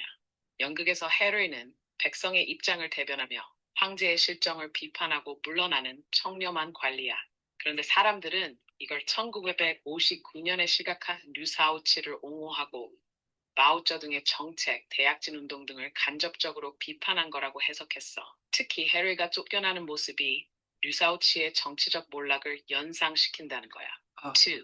제가 다시 설명할게요. 얘가 좀 잘못 학습해갖고, 요걸로 하는 게 나을 것 같아요. 자, 일단, 해석판관이 왜 문제가 됐냐, 이렇게 이제 보시면 되는데, 해석판관이란 건 이제, 그, 역사학자였던 오한이라고 하는데, 이게 중국식 발음이고, 오함이라 쓴 사람이 건국, 이제 얘기하거든요. 건국 아시죠? 건국은, 중국의 유명한 이제 그 연극인데, 이게 해석판관이 그 건국으로서 유명한 작품이에요. 그러니까 이제 오함이 처음 쓴 건 아니고 예전부터 해수판관이라는 그 경국 그 대본이 있었어요. 근데 이제 어느 날 모택동이 이 해수판관을 보고 나서 이걸 좀 새롭게 각색해갖고 쓰면 재밌지 않을까 그래갖고 그 옆에 있는 오함에게 너 한번 써봐 이렇게 이제 했거든요. 그래서 오함이 그 명령을 듣고 뭐냐면 해석판관을 다시 각색해서 새로운 버전의 해석판관을 냈던 거죠. 근데 그 해석판관의 내용이 뭐냐면 명나라 시대 때 그 갈렸던 해서에 관련된 이야기예요. 그래서 해서는 부패한 관리들 숙청하고 백성들을 위한 정책을 펼치다가 항제, 그 당시 항제가 이제 누구였냐면 가정제였거든요. 예. 그래서 가정제로부터 미움을 받게 돼. 자, 그러니까 이제 요걸 이제 그 어떻게 이제 그 해석했냐. 나중에 그 당시 이제 그 요문형이라는 사람이 강청의 지시를 받고 요걸 이제 건설 잡아갖고 이제 좀 학대시키려고 했거든요. 좀 사건을 키우려고 했어. 특히 오한 같은 경우에는 윤속이 계열이기 때문에 얘를 이제 치워내고 그걸 타고 나서 윤속이까지 쳐낼 수 있는 상당히 좋은 이제 뭐냐면 그 소재였죠. 그래서 그때 강청의 지휘를 이제 받은 강청의 지시를 받은 그다음에 요무현이라는 사람이 어떤 식으로 이걸 재해석했냐면 일종의 이제 그 당시 대학진 운동 때 수정당한 그 팽덕회를 이제 옹왕을처럼 비춰진 거죠. 해서는 이제 누구냐? 그 당시 팽덕회고 황제는 그 가정제, 그러니까 세종이죠. 세종은 모태똥인데 그 당시 이제 그 팽덕회가 그 당시 그 모태똥을 그래서 직언을 냈잖아요. 비판하고 그걸 이제 그 당시 해석판관에 이제 대비해가지고 해서인 해서가 그 당시 가정제 비판한 것은 그 등소평이 모태똥화를 비판한 것이다. 그래서 이걸 우회적으로 비판하기 위해서 풍자하기 위해서 이런 것을 만들었다. 이런 식의 이제 논리가 성립되면서 이제 이 사건이 전부 커지게 되는 거죠. 그래서 이때 이제 강청의 지시를 받은 용우영이 이런 식으로 이제 해석을 해서 그 당시 이제 모태똥을 비난하는 식으로 비판했다. 그래서 해석판관을 평하여라는 그런 논설 제목을 주고 논설 쓰면서 그렇게 비판하니까 이거에 대해서 이제 본 모태똥이 이거 봐라. 가만히 생각해보니까 이제 이걸 계기로 해서 자기 권력을 좀 잡을 수 있는 어떤 계기를 만들 수 있다 해갖고 자기가 만들려고 했던 그 당시 그 명령을 받고 이제 오함이 해수판관이나 경고를 썼는데 이걸 이제 비판하게 돼요. 너 말이 맞다, 용우영 말이 나를 뭐냐면 그 당시 황제가 빗대고 그 다음에 팽덕회를 해서 빗대갖고 쓴 돌려각이다 이런 식으로 이제 하게 된 거죠. 자, 그러면서 이제 그 마오쩌둥은 이 비판을 정치적으로 확대 해석하면서 이렇게 이제 얘기했다. 그 한글 비판에서는 꼭 마오쩌둥 비판 팽덕회고 해석판관 팽덕회를 옹호하기 위한 작품이다. 자기 비판하기 위한 작품이다. 그러면서 일종의 그 당시 많은 사람을 숙청하기 위한 어떤 그 작업이었다. 우한 그 상관이 누구였냐면 펑진이라는 사람이 있어요. 이 펑진이나 우한도 뭐예요? 다 윤속이 파벌이야. 그러니까 우한 치고 그 윗대가리 펑진 치고 그 다음에 윤석열 치고 자 그러면서 이 과정에서 이제 뭐냐면 문화대혁명이 확산되기 시작했고 그리고 이제 그때 이제 마오의 정적들 주로 윤석이 제일 싫었어요. 등소평은 좀 약간 이제 싫긴 싫지만 등소평은 그래도 예전에 전우였고 좀 친밀한 사이였기 때문에 정치적으로 싫은 거지 인간적으로 싫은 건 아니었거든. 그래서 또 등소평이 이제 얘는 좀 실무적인 능력도 있고 하다 보니까 얘는 좀 살려줘야 되겠다. 그래서 나중에 하방시키고 다시 불려와갖고 일을 시켰지만 윤석이는 아니었죠. 그래서 이때 윤석이 장당들이라는 이름으로 주자파라는 이름으로 윤석열부터 그 일당들 다 쳐내기 시작했다. 이렇게 보시면 되고요. 이걸 계기로 해서 이 문화대혁명이 시작이 됐다. 그래서 이 문화대혁명이 이제 시작된 그 해석판관에 대한 비판은 홍위병이 동원된 정면적인 문화대혁명이 이어진 결정이 도화선됐고요. 마오쩌둥 이 사건을 발판을 삼아서 당과 국가기관을 장악하고 10년간 중국 사회를 혼란을 빠뜨려 대숙청을 했다. 10년이라는 것은 문화대혁명이 1966년, 요거 이제 그 앞에서 해석판관을 평하다. 그 내용 있죠? 요걸 기반으로 해가지고 66년부터 해가지고 그 당시 몇 년이야? 76년. 모태똥이 이제 사망한 그 해까지 이제 이어졌다. 이렇게 보시면 되겠습니다. 예. 그래서 이렇게 이제 있고요. 자, 그러면 이제 내용을 이제 볼게요. 내용을. 자, 그래서 이제 오함의 해석판관 작품을 용호형을 비판하게 되고 그 과정에서 이제 그 이런 식으로 아까쯤에 해석해가지고 결국에는 오함뿐만 아니라 그 윗대가리부터 시작해서 다 수정되기 시작했다. 이렇게 보시면 되고요. 자, 그러면 문혁 초기 때 주도 기관이 어디였냐? 요거 예전에 한번 시험 문제 나왔죠. 문혁 초기 때 주도 기관은 중앙문화 혁명 소조예요. 예, 이게 있고 요게 대비해서 이제 문혁 초기 때는 그게 주요했고 후기 때는 4인방이죠. 예, 원래는 후기 때를 물어봤죠. 4인방. 근데 어떤 분들 열심히 공부하셨는지 모르겠지만 중앙문화 혁명 소조를 썼어. 그래서 하여튼 있는데 언젠가 나올 것 같아요. 이것도 이 명칭 좀 기억을 해두시면 될 것 같고요. 자, 그 다음에 제가 이제 해석판관 관련된 내용을 이렇게 적어놨으니까 한번 보시고 요번에도 해석판관 나왔죠? 요 관련된 내용도 제가 꼼꼼히 적어놨습니다. 예. 그래서 요거 좀 파악을 해두시면 되겠습니다. 예. 자, 그 다음에 이제 여기에서 인표 사건 관련된 내용을 이제 볼게요. 자, 인표는 이제 원래는 그 모태똥의 2인자였죠. 이 사람이 2인자였어. 모태똥. 그래서 인표가 이제 국가 주석 문제로 모태똥을 갈등하니까 나중에 쿠데타를 모의했어요. 근데 왜 하냐면 원래 이 국가 주석을 좀 설명하기 전에 그 당시에 중국의 이제 권력 구조를 좀 설명할 필요가 있는데 중국 같은 경우에는 권력이 크게 이제 당이 이제 있고 군이 있고 그 다음에 이게 국가가 있잖아요. 이렇게 음. 이렇게 그 중에 제일 큰 게 당이에요. 당이 군을 이제 통제를 하고 있죠. 예, 국가는 형식적인 거고. 그래서 당에 보면 제일 높은 데는 총서기가 있고 그 다음에 군에 이제 보면 군을 장악한 게 있어. 중앙위원회, 군사위원회 주석이 있죠. 군사위원회 주석. 그 다음에 국가에서 이제 형식적으로 있는 게 당의 주석이야. 국가 주석이야. 예. 근데 실권은 누구한테 있냐? 당연히 요 당과 군을 장악한 자리 있죠. 예. 총서기하고 군사위원회 주석이 이제 실권을 가지고 있어요. 예. 그래서 이제 있고, 그럼 당을 장악하면 군도 장악하는 그런 구조죠. 예. 물론 다 그런 건 아니에요. 근데 이제 일단은 지금 시진핑 체제가 그렇게 돼 있잖아요. 그래서 총서기가 되면 군사위원회 주석을 이제 하게 되고, 그렇게 이제 있고, 그 다음에 이제 그렇게 되고 전국인민대표대회에서 국가 주석을 이제 인데 국가 주석직은 그냥 형식적이에요. 중요한 게 아니야. 근데 인표가 모택동을 국가 주석으로 앉히려고 했어. 이 말은 뭐냐? 모택동 그 다음 자리 총서기와 군사위원회 좌석을 자기가 먹겠다. 그런 생각이겠죠. 그러니까 이제 모택동 입장 때는 인표가 초창기 때 자기 많이 도와주는데 이거 보니까 자기 쳐내고 권력을 장악하려고 하니까 이 모택동이 이제 인표를 안 좋게 생각하죠. 그래서 그때 이제 인표가 쿠데타를 이제 해가지고 했는데 실패를 했어요. 소련 도망가는 과정에서 몽골의 공원에서 그 상공에서 폭발돼 죽었다 이렇게 돼 있거든요. 이게 인표 사건인데 실제 쿠데타를 일으켰는지 아니면 모택동이 그걸 조작질 했는지에 대해서는 아직까지는 많이 많아. 정확한 사실은 아니에요. 자, 하여튼 한때 위세에서 펼쳤던 인표가 그 당시 떨어져 나가고 그 다음에 그 후에 이제 누가 등장했냐? 사인방이 등장했죠. 사인방은 예전부터 있었어. 사인방이 있었는데 이제 인표 사건 이후부터 이제 사인방이 이제 앞에서 얘기한 중앙문화 혁명 소조들 대신해서 권력을 이제 실으기 시작했다. 이렇게 보시면 돼요. 사인방은 완홍문, 장충규, 그다음에 강청이죠. 예, 강청. 저희 강춘하고 있는데 못해요.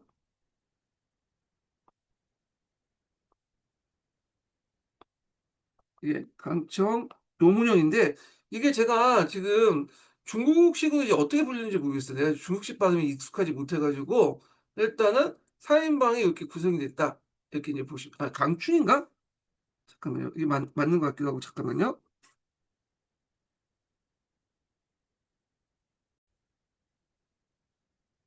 강청이 맞아요. 강청. 강춘이 아니라 제가 잘못 썼어요. 못해요. 예.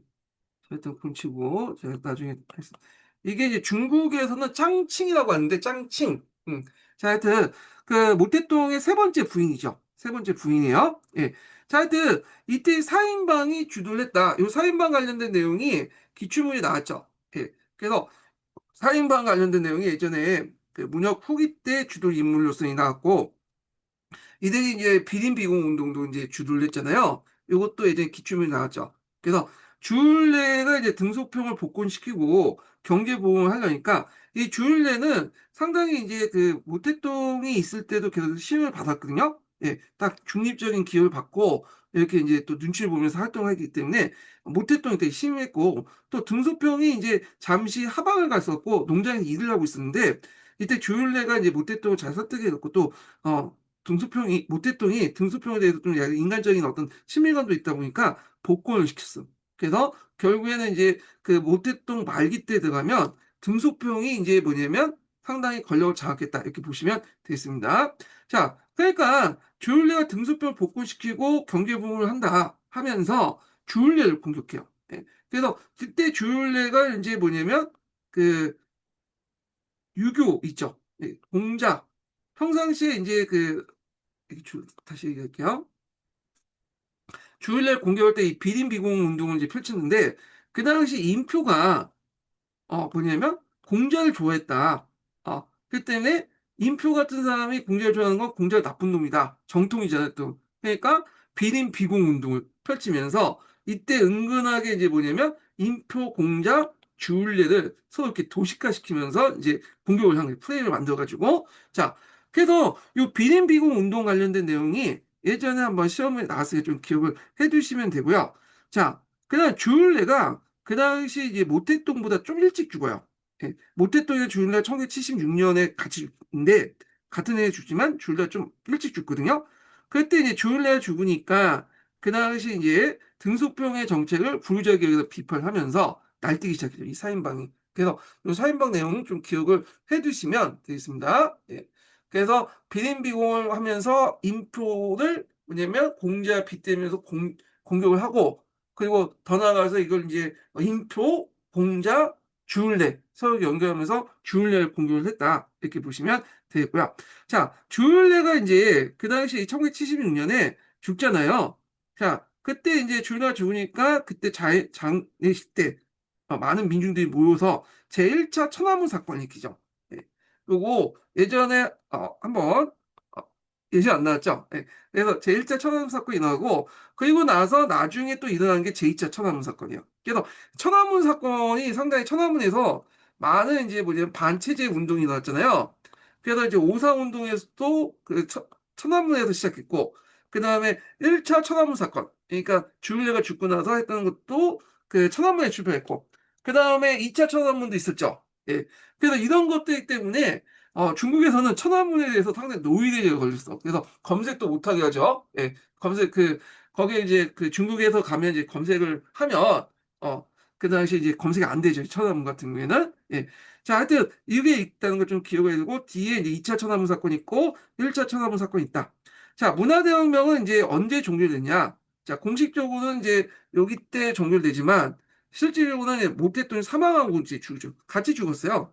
같이 죽는데 주일레가 먼저 죽고 몇 달 뒤에 이제 모택동이 죽었어. 예, 그때 막 당산에서 지진이 나고 자 모택동이 죽고 나니까 그 다음에 이제 모택동이 살아있을 때 하국봉을 믿었거든요. 그래서 하국봉이 이제 집권하자마자 사인방을 수청했어요.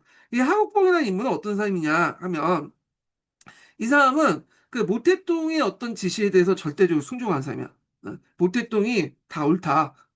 그래서 이렇게 있는데 그렇지만 모택동은 옳다고 생각하지만 사인방을 싫어했어.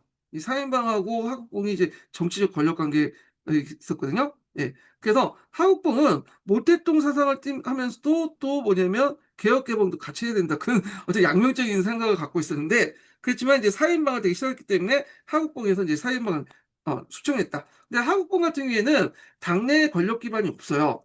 대부분 당의 권력 기반은 누가 갖고 있냐면 등소평이 이제 갖고 있다 보니까 얘는 한 2년 동안 있다가 등소평한테 예, 쫓겨나죠. 그리고 나서 1978년에 그 당시 이제 등소평이 11기 3중대에서 크게 이제 뭐냐면 등극을 하면서 실권을 장악하게 되죠. 자, 그래서 이제 개혁개방 노선을 보겠습니다. 등소평 관련된 내용인데 등소평이 공식적으로 이제 1인자가 된 건 11기 3중제예요. 예. 그래서 이게 11기 3중제가 뭐냐 하면 공산당의 이제 권력 구조에 대해서 좀 아실 필요가 있는데 그래서 공산당 같은 경우 예전에 한번 설명했지만 소비에트 권력 구조를 갖고 있죠. 그래서 여기에 보면 그 당원이 있고 당원이 이제 대표자회의가 있어요. 당원 뭐 공산당 전국 대표자회의가 있고요. 그 다음에 공산당 전국 대표자회에서 뭘 뽑냐면 중앙위원을 뽑아요. 그래서 중앙위원은 205명인가 그리고 예비위원 해갖고 100명부터 뽑아. 그래서 있고 그 다음에 그러니까 정치국 위원을 뽑고 그 다음에 상무위원 7명을 뽑잖아요. 이렇게 다단계로 돼 있는데 그 중에 이제 그 실제로 이제 그 뭐냐면 정책을 결정하는 것은 그 중앙위원회야. 중앙위원회들이 이제 그 회의를 개최하는데 그래서 11기 중앙 11기 공산당 당대표회의에서 거기에 뽑힌 세 번째 11기 다시 얘기할게요. 예, 11기 중국 공산당 당대표 회의에서 뽑힌 중앙위원회에서 이 중앙위원 세 번째 회의를 11기 3중전이라는 거예요. 보통 이 3중전에서 정책 방향 같은 것들이 결정되는 거예요. 1기와 2기는 이제 일종의 뭐냐면 인사도 해야 되고 어떤 그 내부 정비도 해야 되니까 실제 이제 정책은 3중제에서 전해서 하는데 이때 삼중전에 때 이제 등소평이 권력을 잡고 한국을 쳐내고 이제 개혁 개방했다 이렇게 보시면 되겠습니다. 그래서 이제 그 등소평은 대외적으로는 개혁적인 이제 대외적 개방을 통해서 외국의 기술과 자본 도입을 추진하고 대내적으로 사회주의 정치 체제를 유지하면서 자본주의 시장 경제의 원리를 도입했다. 그래서 이제 안으로는 사회주의 체제지만 그 사회주의라고 위해서는 어느 정도 생산이 올라가야 될 거예요. 그러니까 자본주의를 받아들이고 그 다음 사회주의를 하자. 그런 논리가 그냥 성립된 거죠. 그래서 그 당시 계획 경제와 시장 경제를 조화시키려고 했죠. 계획 경제, 사회주의 체제와 시장 경제를 조화를 끼워서 그 당시 이제 자본주의 체제, 사회주의를 바탕으로 해서 자본주의를 도입을 하고 있다. 그래서 이제 했는데 지금 중국을 보면 거의 자본주의 사회죠. 그래서 정치 구조는 사회주의인데 공산당이 장악한데 경제나 사회 시스템은 완전 자본주의 시스템이에요. 우리보다 훨씬 더 자본주의예요. 자, 근데 중국인데 좀 약간 역설적이죠. 자, 하여튼 그때 내걸었던 명목은 사회주의를 더 발전시켜서 자본주의를 도입한다.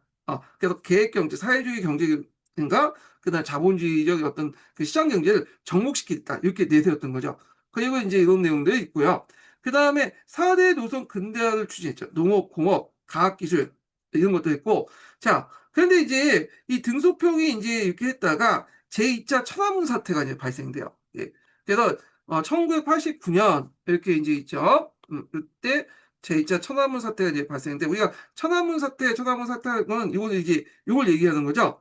자, 근데 중국에서는 천안문 사태 이런 식으로 얘기 안 해요. 천안문 뭐 민주화 운동 뭐 이렇게 얘기 안 해요. 그냥 중국 공산당은 이게 뭐라고 하냐면 육사 사건이라고 해요, 보통. 예. 자, 요거 하기 전에 인증번호 얘기해 드리겠습니다. 인증번호 58번이에요. 예. 자, 육사 사건이 한다. 이 사건을. 그래서 중국에서 뭐냐면 가가지고 그 뭐죠? 뭐 중국 웹사이트 가서 이제 천안문 치면 안 나오죠. 예, 안 나오고 잘못하면 잡혀 들어갈 수 있어. 육사 사건이라고 하는 것이 천안문 사건이고요. 지금 중국의 그 20, 30대들은 천안문 사건이 있었는지 없었는지 몰라. 왜냐면 별 관심이 없으면 배우지도 않으니까 아예 몰라요. 학교에서 안 가르쳐. 특별하게 관심 있는 사람은 알겠지만 대부분 90%는 다 몰라요. 이 천안문이 뭘 사건인지. 자, 그러면 이 육사 사건이 왜 일어났는가? 요 관련된 내용을 이제 볼 텐데요. 요거는 육사 사건 관련된 내용은 이거 좀 얘기한데. 자, 그래서 하여튼 육사 사건 관련된 내용을 한번 좀 챗 GPT 학습을 통해서 좀 그 배경하고 가정이나 이런 것도 좀 보고 하겠습니다. 예.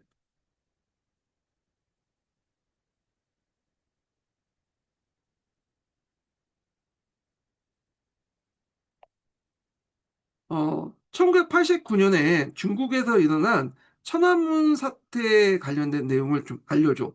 그래서 배경이나 가정이나 결과에 대해서 좀 알려줘.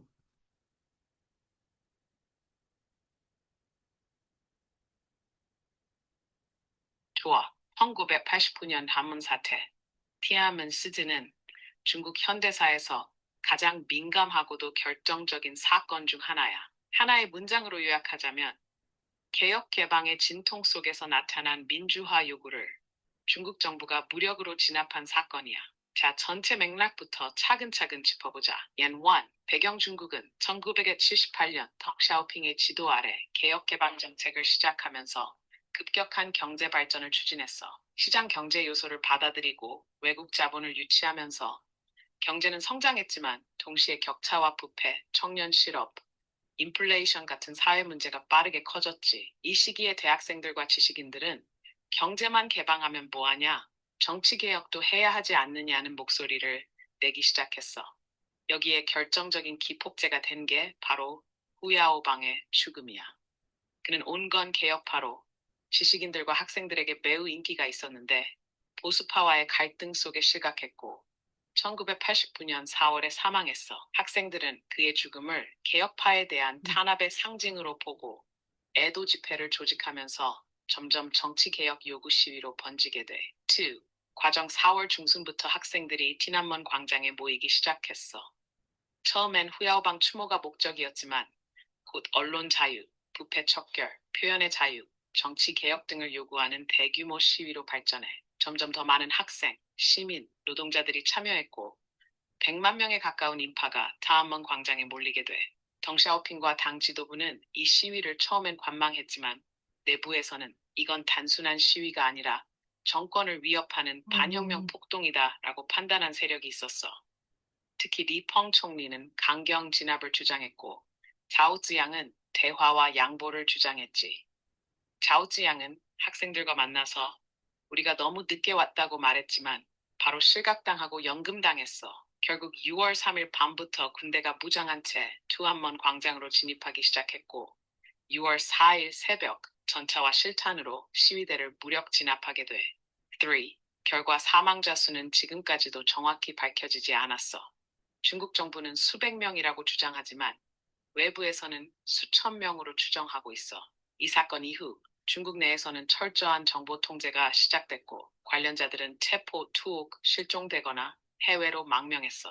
인터넷과 교육에서 이 사건은 사실상 언급이 금지되어 있고 지금도 중국 내에서 육사라는 단어조차 검열되는 수준이야. 하지만 동시에 이 사건 이후 중국 정부는 정치 개혁은 철저히 봉쇄하고 경제 성장에 집중하는 전략을 택해. 말하자면 정치는 얘기하지 마라. 대신 먹고 살겐 해주겠다는 사회 계약이 이때부터 암묵적으로 형성된 거야. 혹시 여기까지 흐름은 괜찮았어? 자, 잘 들으셨죠? 자, 그래서 그 덩샤오피 개혁 개방이라는 것은 일종의 어떤 경제에 관련된 내용이지 정치적 민주화는 아니야. 근데 중국에서도 민주주의라는 걸 한다고 하거든요. 근데 중국에서 민주주의라는 건 어떤 의미냐면 그 복지 정책 같은 거 있죠. 국민들의 복지 정책이나 아니면 사회의 어떤 부정부패, 그런 것들 정도 개혁을 하는 것이 이게 민주적인 거야. 그리고 그 이상은 뭐 우리 생각하는 다당제 도입이라든지 서양식 어떤 이제 민주주의 그런 의미가 아니에요. 예. 그래서 그 당시에 이제 이런 민주주의, 서양식 민주주의는 우리 체제에 안 맞고 지금 중요한 것은 중국 공산당 중심으로 경제 개혁을 이제 추진할 필요가 있겠다. 그리고 서양식 민주주의는 진정한 민주주의가 아니고 우리 체제에 안 맞기 때문에 있다. 그리고 그렇다 해서 뭐 중국이 민주주의 국가 아니냐?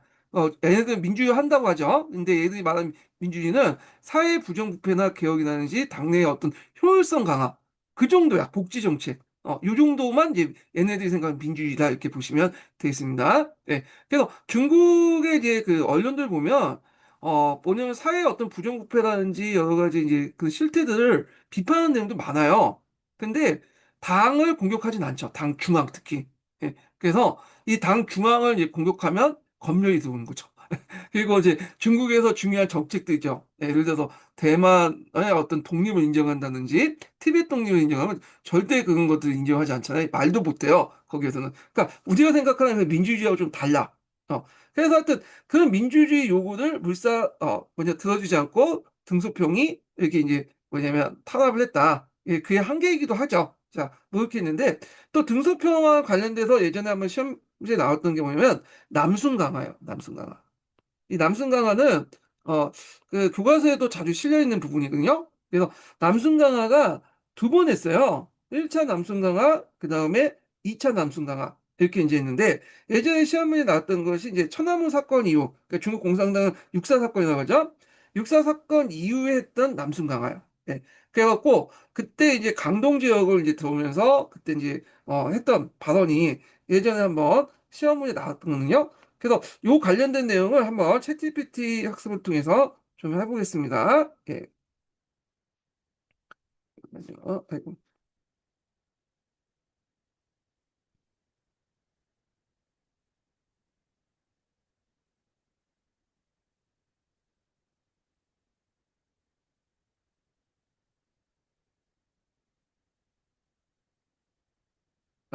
저 재민이 학습을 할 거예요. 예.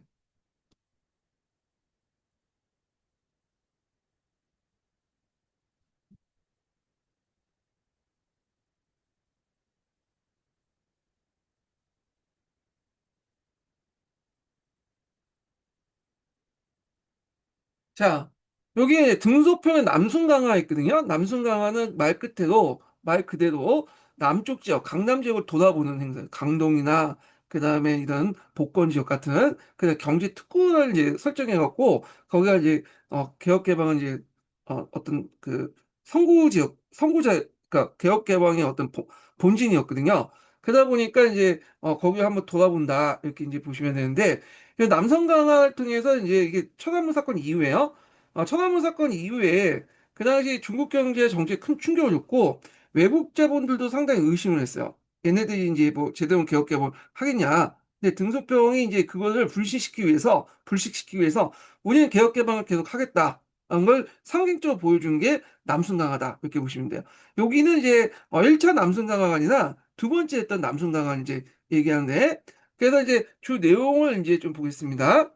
자, 1992년 1월 18일부터 2월 20일까지 등소평이 상하이, 선전, 주하이, 강조, 이거 남부 주요 도시들은 이랬는데, 이 남부 주요 도시가 어디냐? 경제 특구예요. 그래서 이 경제 특구에 대해서 좀 얘기해 볼게요. 자, 중국의 경제 특구가 어떤 거냐?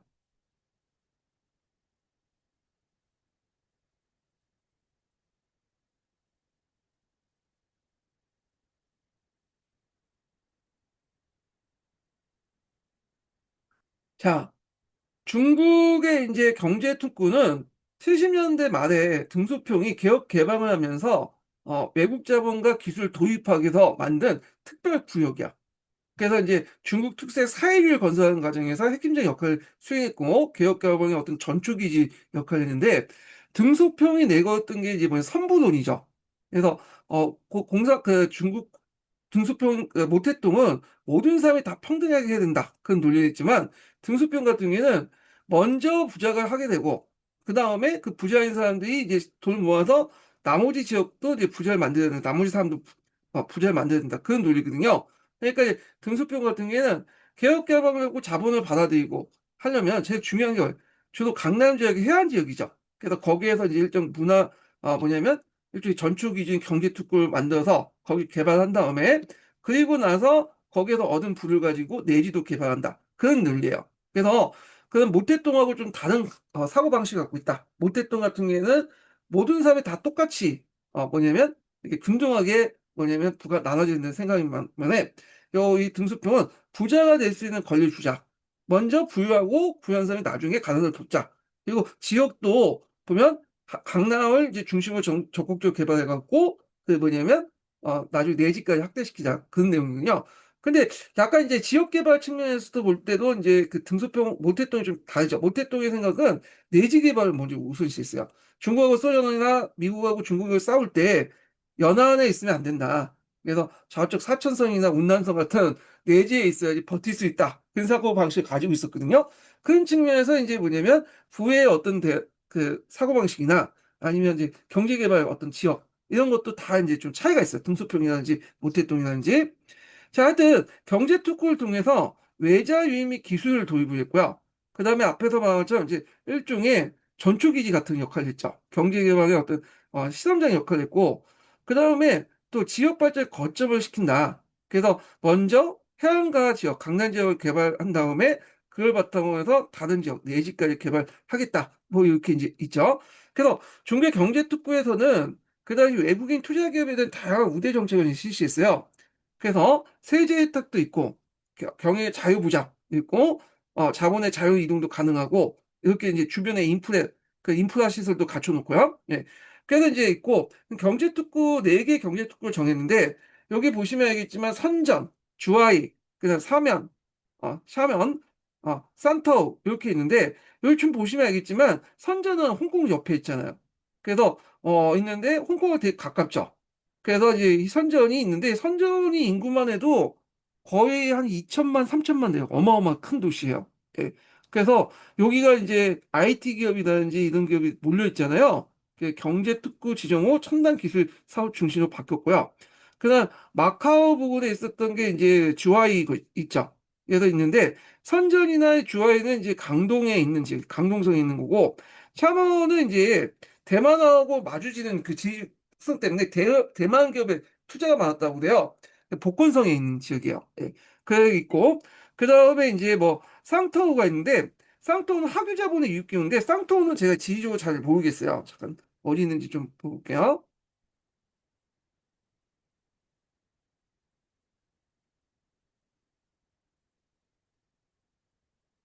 쌍터우도 강동성 동부에 있는 도시네요. 예.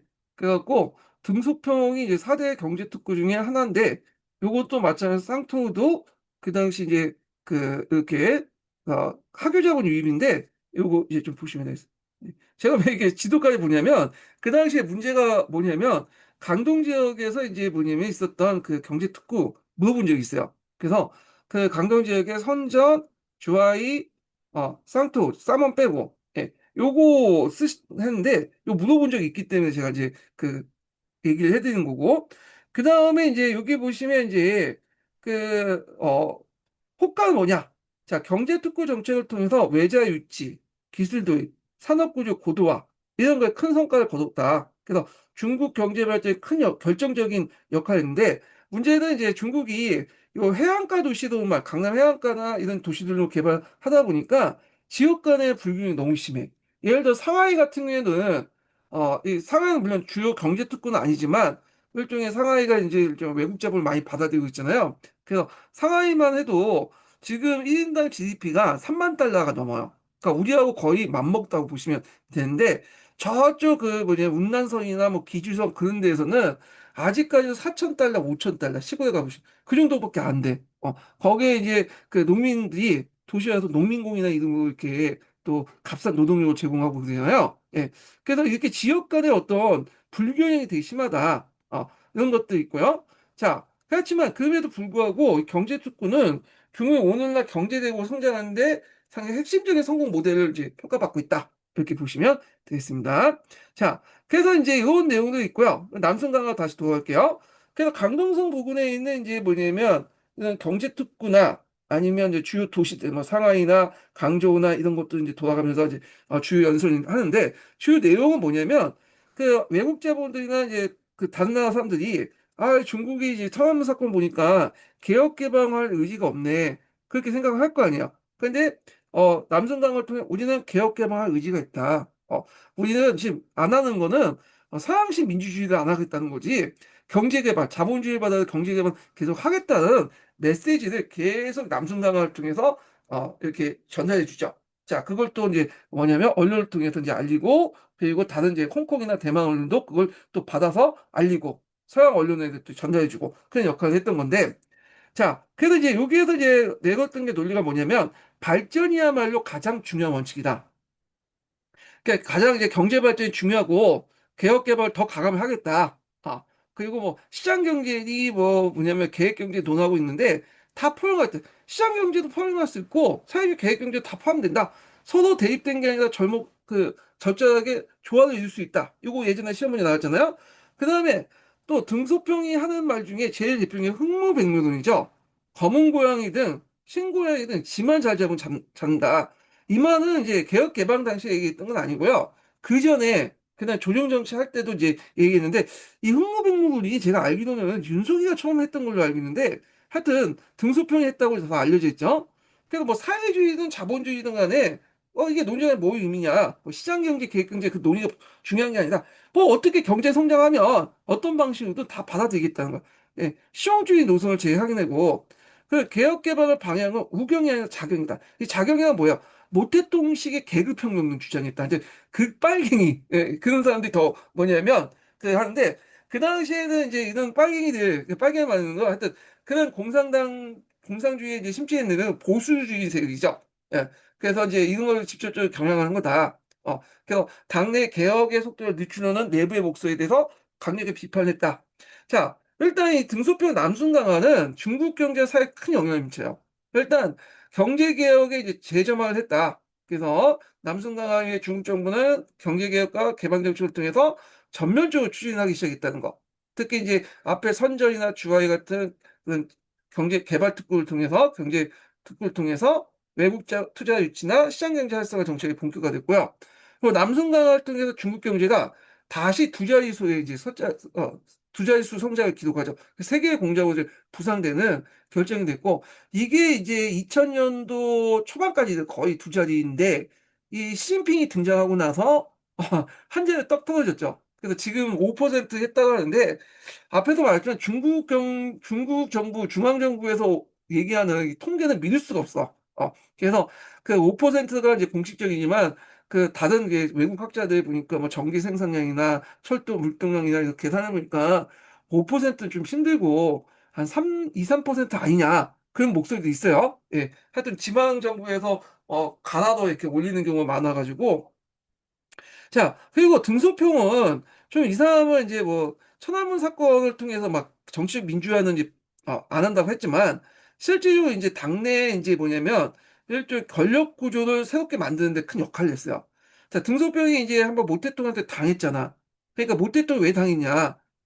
모 대통령의 1인 지배대를 그랬다. 독재를 하면 안 된다. 그래서 등소평도 독재를 할 수 있었지만 그걸 놓았죠. 그래서 그 당시 이제 집단 지도 체제를 만들었죠. 집단 지도 체제. 그리고 등소평은 지금 시진핑처럼 모든 걸 다 갖고 있는 거 아니에요. 예. 못해 등소평 가지고 있는 건 뭐냐면 국가 주석직이나 그다음에 당 총석이는 다른 사람한테 주고 자기는 다만 이제 국방위원회 주석 그걸 갖고 있죠. 국방위원회 주석이 상당히 이제 실권이죠. 예전에 모 대통령의 권력을 총에서 나온다 이런 말이 있듯이 국방위원회 주석을 갖고 있다는 거는 군을 장악한다는 거는 상당히 뭐냐면 제1인자는 뜻이에요. 그래서 요즘에 시진핑이 권력이 떨어졌다 해가지고 그 장윤사라는 그 부주석이 실권을 이제 군을 장악했다 해갖고 말이 많잖아요. 예. 근데 등소평 같은 경우에는 국방위원회 주석만 갖고 있었어요. 예. 그리고 나서 집단 지도 체제를 이뤘다. 그리고 이제 이렇게 있고 집단 지도 체제를 이루고 있고 그 다음에 이제 67세인가 68세가 되면 자동으로 물러나는 그 시스템을 만들었고 지정이라고 하죠. 그래서 상하이파 예전에 몰렸던 그 강택민이 원래 이제 무명의 정치가였는데 그 상하이 당서기를 했던 그 사람을 어, 발탁을 해갖고 천안문 이후에 그래서 얘를 이제 키우고 대신에 한 가지 약속을 했죠. 제가 보니까 저기 이제 공청단 출신에 보니까 아 누구야? 프린타워라는 젊어했는데 얘가 좀 똘똘하다. 얘를 이제 키워라. 그래서 알겠다 해가지고 등소평이 죽고 나서 강택민이 이제 당 총서기가 되고 했고 했는데 이 강택민이 좀 약간 좀 권력욕이 있었어요. 그래서 이 사람도 한 10년 있다가 물려주긴 했죠. 후진타워에게. 예. 근데 후진타워에게 뭘 다 물려준 게 아니라 자기가 그 군사위원 주석을 가지고 갔고 나머지 당 총석이하고 국가 주석지만 물려준 거. 자기 실권 갖고. 그래서 이제 있고, 그러니까 이제 이때 강택민하고 그다음 후진타운 라인이 장청민과 후진타운, 그러니까 상하이파하고 공청단이라고 해갖고 그 공산주의 청년단이 있어요. 예, 그 두 파벌이 싸우다가 결국에는 어부지를 얻어갔던 게 시진핑이죠. 그래서 시진핑이 권력을 장악했던 건데, 자, 하여튼 이 남승강화로 해가지고 그 당시 이제 천안문 사건 이후에 경직됐던 중국의 정치 분위기가 깨뜨리고 경제 건설을 최우선으로 가져가는 개혁 개방 노선을 다시 다진 역사 사건을 평가받고 있어요. 그래서 이 남승강화 관련된 내용이 이제 기출문제 나왔으니까 좀 파악을 해두시고요. 예. 그래서 이제 요거 제가 기출문제 분석에서 다 이렇게 적어놨거든요. 요 내용들 이제 파악을 해주시면 되겠습니다. 그 다음에 여기에 이제 나왔던 게 또 뭐냐면, 또 이게 어려운 문제가 나왔는데, 하나의 중심 두 개 기본점이라는 게 있어요. 이거 예전에 이제 문제 낼 때 중국 공산당을 되게 좋아하신 분이 냈거든요. 그래서, 근데 굳이 이것까지 해야 되나? 라는 생각이 들어. 예. 그래서 하여튼 있는데, 하나의 중심이 뭐냐? 경제 건설이야. 이두 개의 기본점은 앞에 이제 네 가지 기본 원칙 있죠. 그 네 가지 기본점 그 앞에 있거든요. 요거 한번 보시고 요 네 가지 기본점 원칙 여기 있네. 예. 사회주의 견지, 프롤레타 독재 견지, 중국 공산당 지도, 마르크스 레닌과 모택동 견지의 원칙을 정했어. 그러니까 비록 자본주의 받아들이지만 중국 공산당이 그 지도를 해야 된다. 이 원칙과 개혁 개방을 이제 가리킨다. 그래서 이걸 이제 뭐냐면 언제 확인했냐? 그 1979년 중앙공작회의에서 이제 처음 제시했고 13차 당대에서 공식화됐다 이렇게 했는데 시험문에 나올 가능성은 없는데 이걸 냈어. 예. 이거 그래서 이제 하나의 중심과 두 개 기본점이 뭐냐? 하나의 중심 경제 건설, 두 개 기본점은 이 네 가지 기본칙과 개혁 개방을 얘기한다. 그래서 중국 공산당이라는 걸 존재가 있고 중국 공산당 중심으로 해가지고 자본주의를 통제하고 지도하는 그런 것들을 했다. 예, 이렇게 이제 보시면 되겠습니다. 예. 자, 그래서 이제 요거 나올 가능성이 별로 없어요. 예전에 중국 공산당 좋아하시는 그 교수님이 냈는데 최근에는 안 들어가신다고 하더라고요. 그래서 요번에 뭐 문화대혁명 보면 예전에 기출에 나왔으니까 낸 것 같아 보니까. 예. 그러니까 그냥 교과서 수준으로서는 이제 또 통론이나 이런 수준에서 보시면 될 것 같아요. 예. 자, 그래서 이제 이렇게 해서 중국사 기본 강의는 끝났고요. 기타사 기본 강의는 제가 이제 시간이 없어가지고, 못할 것 같아요. 그래서 예전에 사본 노트 기본 강의 있거든요. 그걸 참조해 주시는 게 좋을 것 같고요. 그래서 내년에는 제가 이제 경기도 그 합격자 서브노트 강의 있죠. 예, 그걸 또 하겠습니다. 이게 21년도인가 22년도에 한글로 그냥 한 3년 넘었어. 그래서 좀 한번 이제 돌리고 나서 또 하겠습니다. 그래서 다음 기본 강의는 여기는 이제 그 2년 뒤나 이제 좀 할 것 같아요. 2, 3년 뒤에 좀 다시 진행을 하겠습니다. 예. 자, 오늘 끝까지 강의 듣느라 수고하셨고요. 예. 다음 시간이죠. 예, 끝까지 동양사 기본 강의 듣느냐 수고하셨습니다. 예.